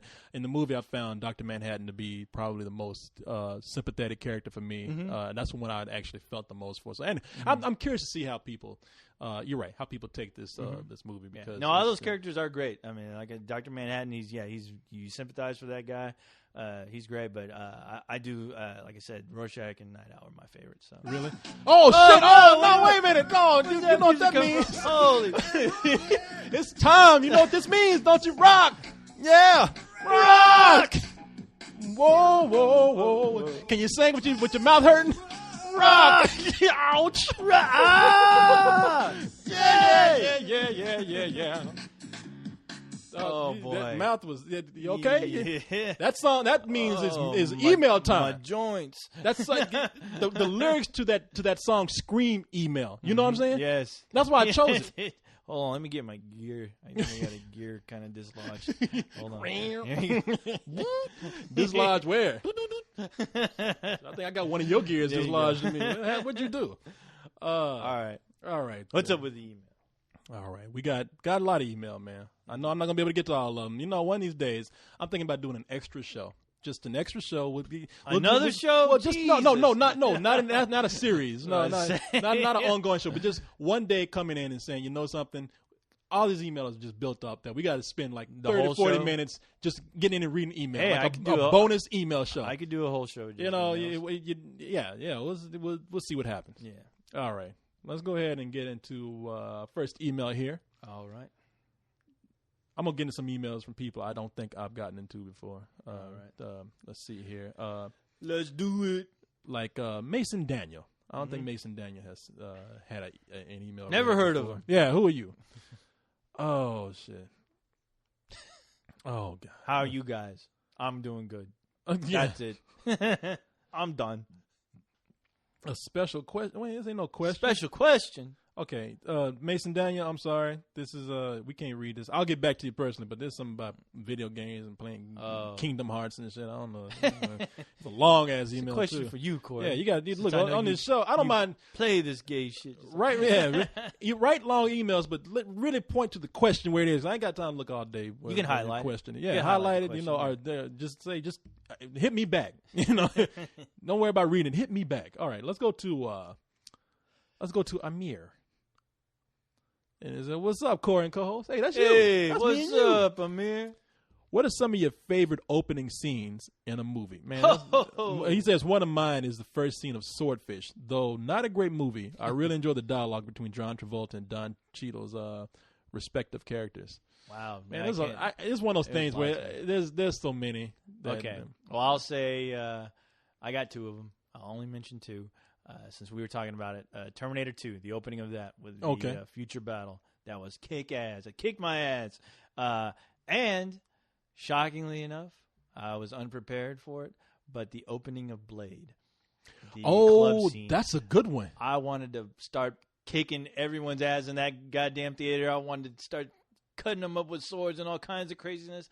That scene had me pumped. I mean, I got metal bumps all over my head after watching that scene. I was like, "Holy shit!" You know something? That's a great one, man, because that's the scene that made everybody want to get the DVD for Blade. Yeah. And, yeah. No, that's a great one, man. I'm not gonna even answer this question because I have so many I can keep going on and on and on. But that one, that's a good one, man. Kicked my ball.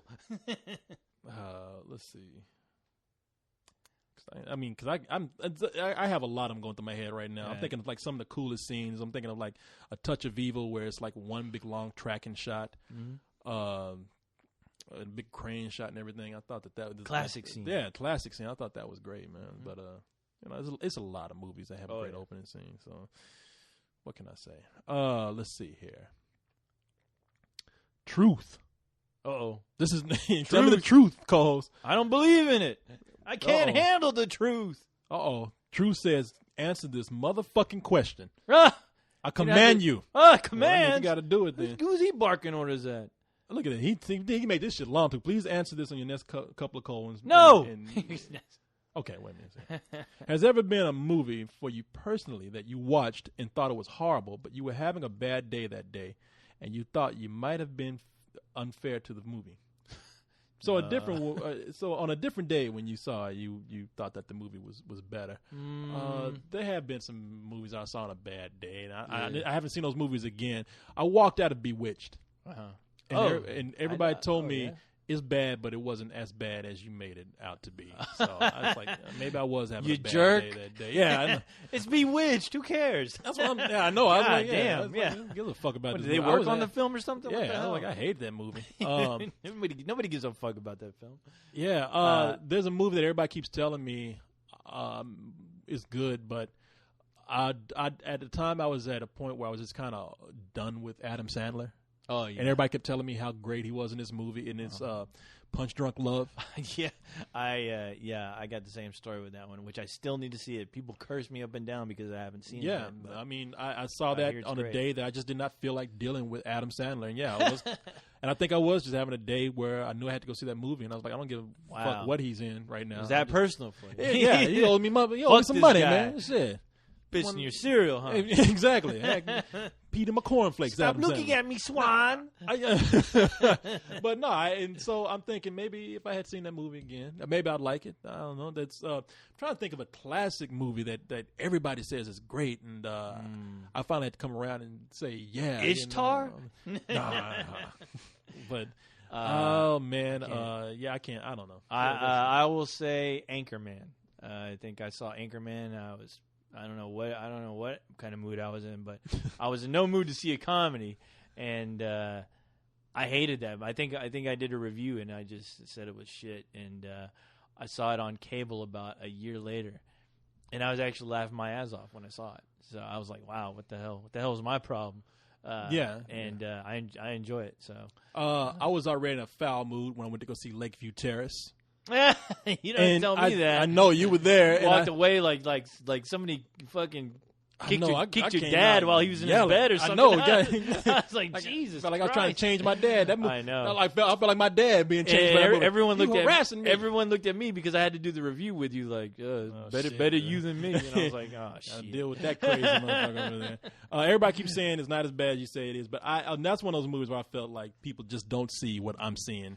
And then I'm gonna go back and say the movie. I should have given it more credit for what it did good instead of just making my personal issues Though I still have those personal issues, but it doesn't mean that there were certain things that I couldn't comment about the movie instead of being just like "fuck you." That's pretty much our review. Fuck you. Good night. Fuck you, Samuel Jackson. Look what you done to my people. Exactly. I turned to Samuel Jackson. I don't know if you want to tell that to him in his face, but fuck you, Samuel. Fuck you. Fuck your thoughts. Fuck your movie and your thoughts. Fuck your movie. Let's see. We got a question here from Z. Uh-oh. Z-E-E. Super Mix 3000, he says. What? Super Mix 3000? Yeah, I don't know what the hell. Is that a new model of a co-host? I don't know. I'm scared. Okay, that ain't a question. That's a link. That's a link to something. I don't know what that is. We don't do links. Let's see here. To see what we can see. Make it a good one, Corey. I don't know. People. We ain't got time to go through these emails. So I'm just getting to them when I get to them. Okay. Gotta answer a question from this guy. All right. The Modern Marvel. Oh. Gotta answer his question. My question, look at that, nice and short too. My question is, has there been a supporting character in a movie that you thought was more interesting than the main character? Yeah. Yes. And I tell you, just recently, I can't remember the actor's name, but Leonardo DiCaprio, who was okay, he was great as an actor in the movie, but his character I found totally annoying. But and the movie is a Revolutionary Road. Mm-hmm. Kathy Bates is in the movie. There's a scene where she says, "My son is mentally ill, and the doctors said that it's best that if he hangs around people kind of his age and get to know and socialize a little bit more. She brings in this crazy fucking guy who comes and steps in the room. Have you seen that? Yes, I have. That guy dude fucking rules. Yes, he was just nominated as best supporting actor. Nominated, didn't win, but if Heath Ledger wasn't in there, this guy, I think he would have been a running contender for that. He definitely would have been. But he comes in and just tells. First of all, he starts out asking crazy things. I have some questions, and I want to pay good money for them. He ain't got no goddamn money. He's like. And you remember what's her name? Kate Winslet? No, not Kate Winslet, because Kate Winslet too. But you remember? I just mentioned her name. Kathy Bates. Kathy Bates. She was like, "Now, son," and she's like, "Ma, could you just shut up?" And Leonardo DiCaprio in there and Kate Winslet in there. They're kind of like, "Who the fuck is this? She brought in our house." And then they kind of like the guy because he's like. People are crazy, but I can see you two. You're above this, and all. He's like, leave, follow your dreams. And when they don't follow their dreams, he comes back for dinner. Right. And he's just like, why the fuck did you not go through with your plans? Like they were personal, And for him, I was just like, I'm loving this guy. He was the guy who said everything that everyone else was thinking and was too chicken shit to even mention or bring up. That was this character. He was he was everyone's conscience manifested, and he spoke. He definitely, if he saw something that he like, you're not happy, right? You're not happy. Quit trying to fool this person and thinking you're happy. Oh yeah, he would make it a point to tell everybody that.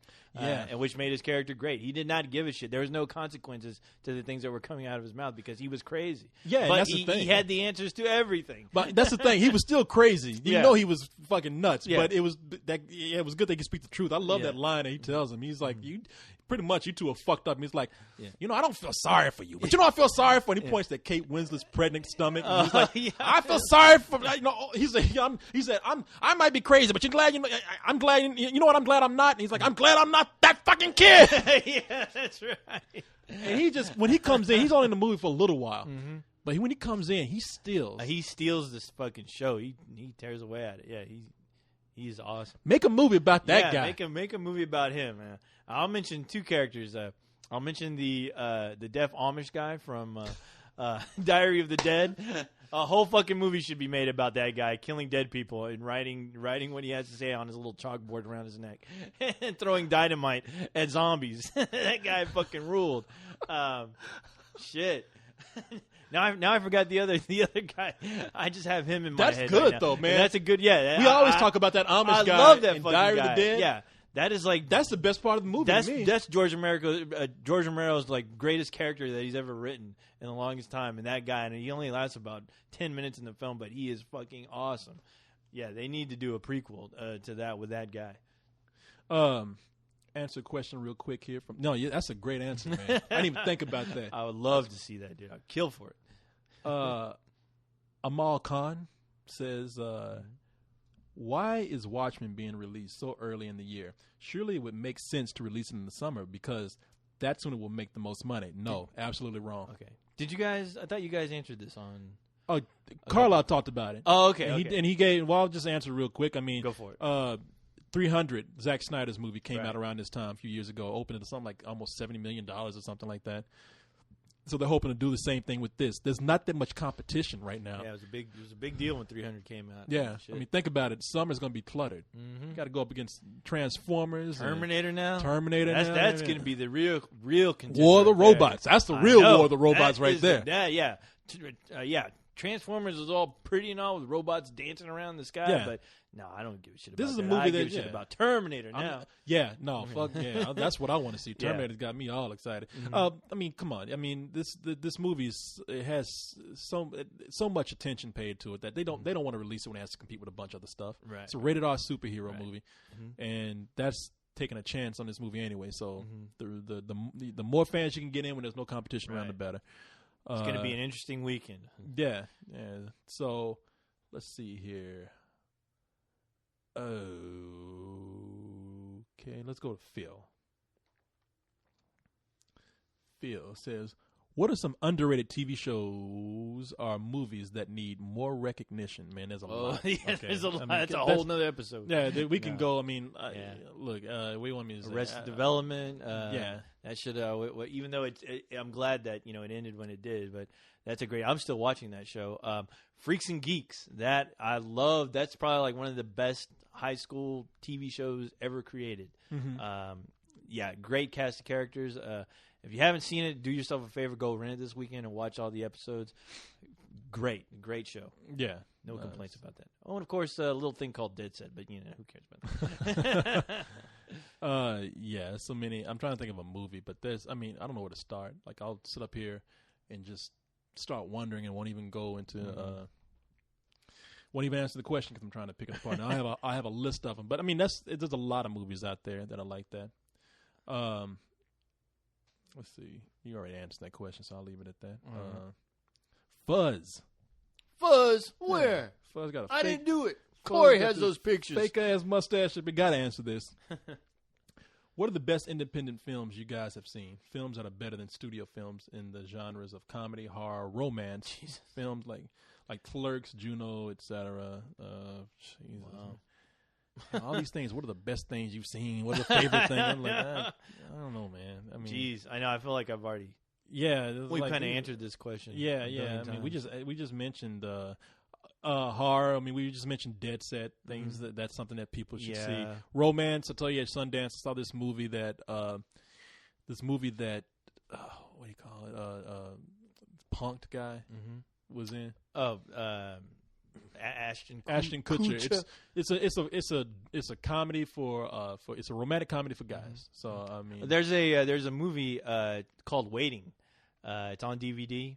It's been on DVD for quite a while. Is that the movie with Ryan Reynolds? Yes, and it's fucking awesome. I've seen it. They've been showing it on. It's fucking great. Comedy Central, 24 hours a day. It is what to Office Space was to the office environment. Waiting is to obviously the wait industry dealing in restaurants because. There's a character that is a walking character right now in any restaurant you go into, and I laughed my ass off, and I heard no buzz about it, no nothing. It just went to DVD. I took a chance on it, and I laughed so fucking hard at that movie. That's a great. Now they just came out with a sequel called Still Waiting. Don't see that. That is a piece of shit. I saw that this past weekend, and I wish that wasn't really. Yeah, okay, it's too bad. All right, but yeah, check out Waiting. That's a great little independent film there. I'll watch it. A lot of people when it came out, it's about the people who work at this Chili's type restaurant, Bennigan's type it's like a Bennigan's, and it's the customers that they have to deal with, along with the drama that occurs. Every horror story you've heard about, people getting pissed off in restaurants and when they do the food, shitting in your bread, the relationships between the wait staff. It's if you work. If you're a waiter or if you work in a kitchen anywhere in any kind of restaurant environment, do yourself a favor, rent that. You will know every fucking character in that movie. Yeah, I'll watch it. A lot of people said that it wasn't that good, but I saw it on if you TV. never worked in a restaurant, honestly, you probably wouldn't get half the shit in there. But yeah, it's I saw it and I was some of it. I was like, this isn't as bad as people made it sound. Maybe because I'm seeing it on TV. Yeah, one of the kids from Freaks and Geeks was in there too. So. Which one? The younger. You remember? You saw? Have you? I didn't even ask you. Did you ever see Freaks and Geeks? Oh, the one with Seth Rogen and James Franco, the show they came from. Yeah. No, I never saw it. Judd Apatow. Okay, there's one of the characters, the little geek brother. He basically he's in Waiting. He's like the new employee. He's like the eyes and ears of the audience because basically he's seeing all this shit go down and you're kind of you're soaking it all in, just like he is in the movie. So. But he's great. Here's a good question. This comes from Ben. Mm-hmm. Ben says, has there ever been an actor or actress that you don't have anything against performance-wise, but can't get past a previous performance they have done? Man, there's some people who are singers who I can't get past. Puff Daddy, Sean Combs, is somebody that they say he's good in certain things. I was the only one who wasn't Well, I don't know if I was the only one, but I was not that impressed with his role that he did in Carlito's Way Part 2. Yeah, there you go. No, was he in Carlito's Way Part? He was. He was terrible. What was that movie with Halle Berry? Halle Berry and Monsters Ball. Monsters Ball. He's in that. He's in that. Okay. I've never seen. The only he plays Halle Berry. Shockingly, I've only seen the sex scene. Yeah, of course. Well, that's all you need, man. No, it's a good movie, man. And Halle Berry is her husband, played by Sean Combs, is on death row. And he gives this speech, and I don't know, man. At the time, I mean, I have to watch it again because I hear he's good. I mean, I wish the best for the guy. I don't wish anything bad on anybody. I'm not trying to say this because he is a rapper or anything. Right. I never. Apparently, he's good at what he does as far as producing music and whatnot. Right. And hey, what am I going to say? But I kind of brought that. I never thought he was that great of a rapper. Yeah. And I kind of brought. I was thinking, hey, you know what? He brought that into his performance for me. Hey, man, I'm about to go die. Be a good boy. You know, I'm thinking passing out. I'm thinking. You know, because he's talking to his kid. Yeah, he can't he's breathe. Monotone. Hey, he's talking. You're putting me to sleep. Yeah, I know. You know, I think he's talking because he have this big dramatic role for his kid. He's like, look. I'm always gonna love you, Bad Boy Records forever. You know, I'm expecting. Look at the camera, Puffy. Yeah, look at it. Quit looking down the table. Who are you talking to down there?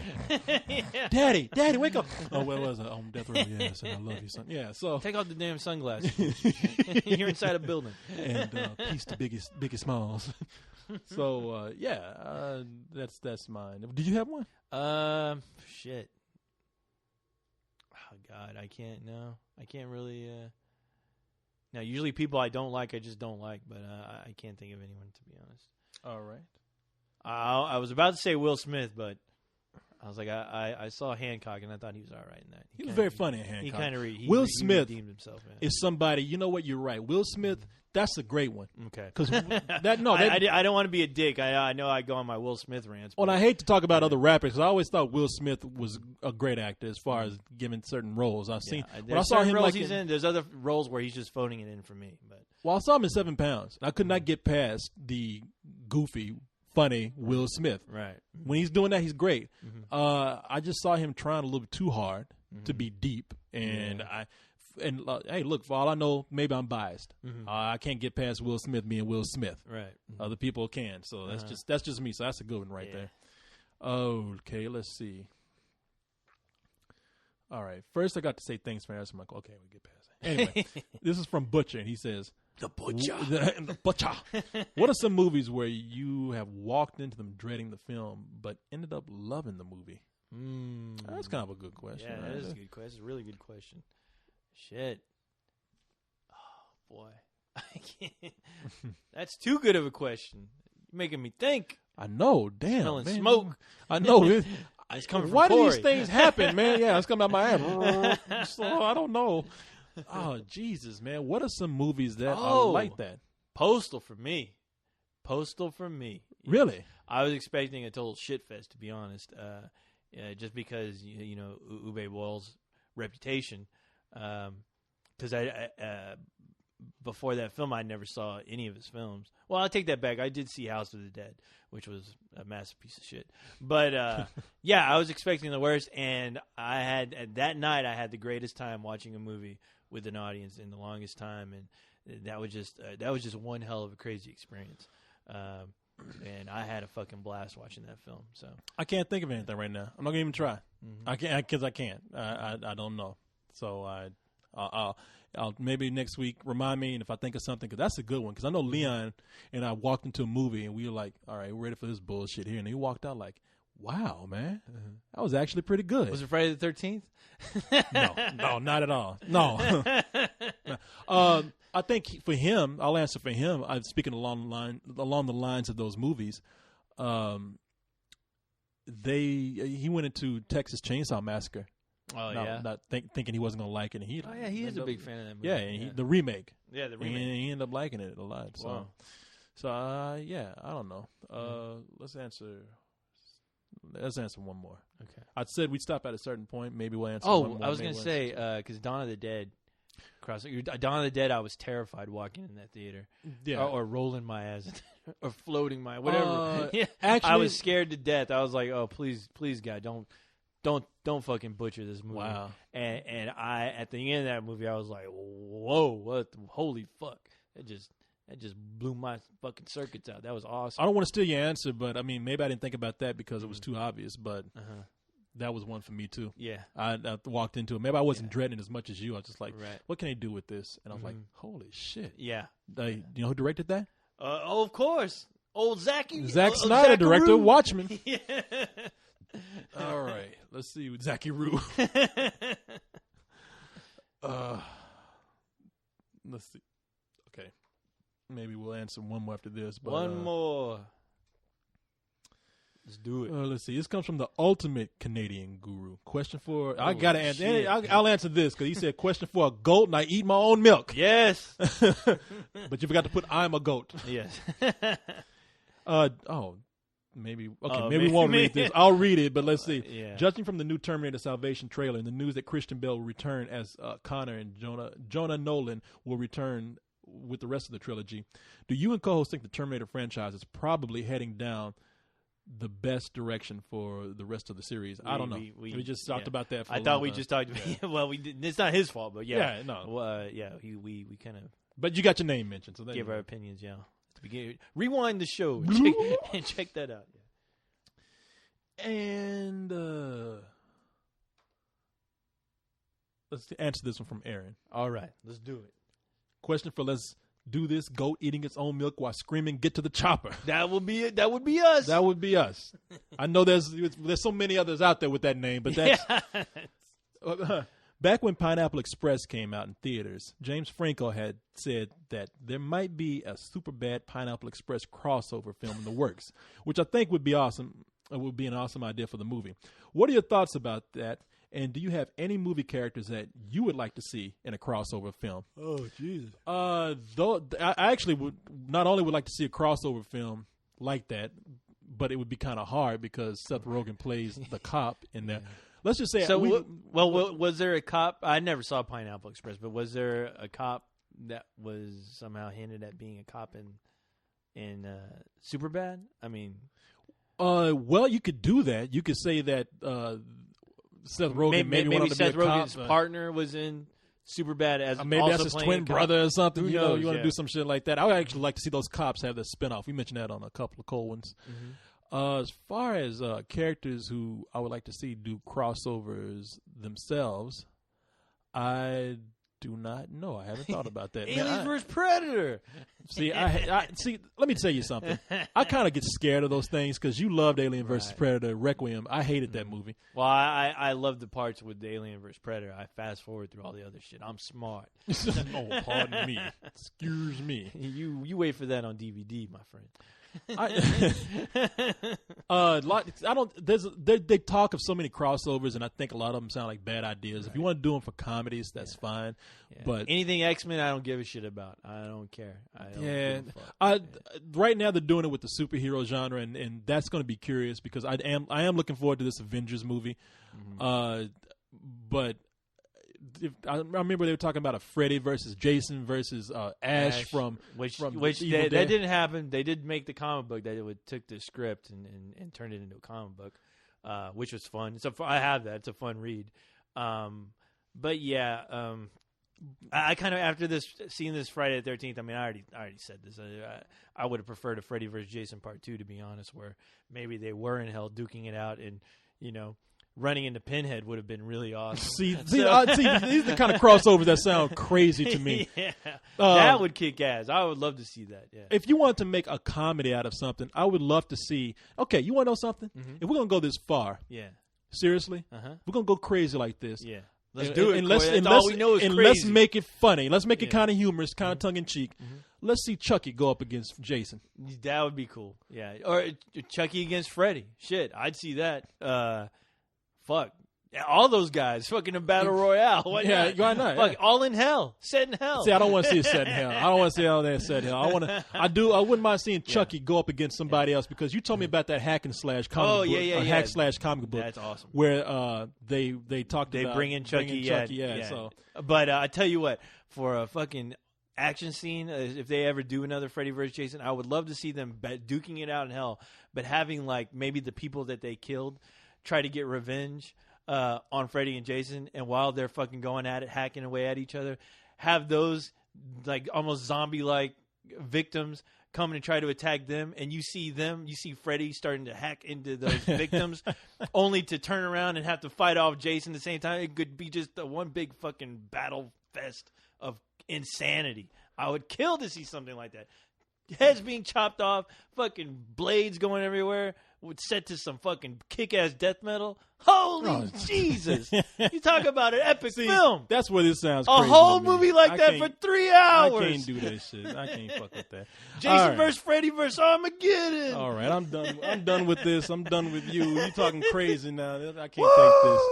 You know what? It's been, man, I'm so sorry. I've been on autopilot when they ask these questions. Because when you ask me these things. Dude, I'm looking at you. You look like. I can't I got more energy than you right now, and I'm in pain. It takes it out of me when I have to think about this shit. It's like life force. It's like those fucking space vampires sucking the life force out of you, dude. When you ask me some shit like this, I'm just like, fuck it. I don't know. I mean. You lost all hope, Corey. Don't ask me that shit. Why am I reading emails? I don't give a fuck. No. So anyway, hey, but we're gonna do a whole email show, a 3-hour email be 40 show. It's gonna be 45 minutes of me like, I don't know. I gotta go find some. I gotta go find some sparks on the black market. Carlisle's right. Maybe I should look at this shit before we start. Sometimes I'm quit claiming I'm being busy because I'm just lost. God. You ask me a question, I'm like, I thought that last question ruled. Yeah, got you awake, and I'm over here like, damn, my mouth hurts now. That's crazy. Anyway, all right, people, we gone on for a couple hours now. Longer than I thought we'd go with old broke mouth over here. So that's it. Oh, that's it. It's over. I know the perfect song, Corey. This song right here for the battle between Freddy versus Jason versus zombie victims. Woo! Attack! Get to the choppers! Yeah! Oh, my mouth. Oh, my God. My vocals, Corey. Oh, God. Where's my oil?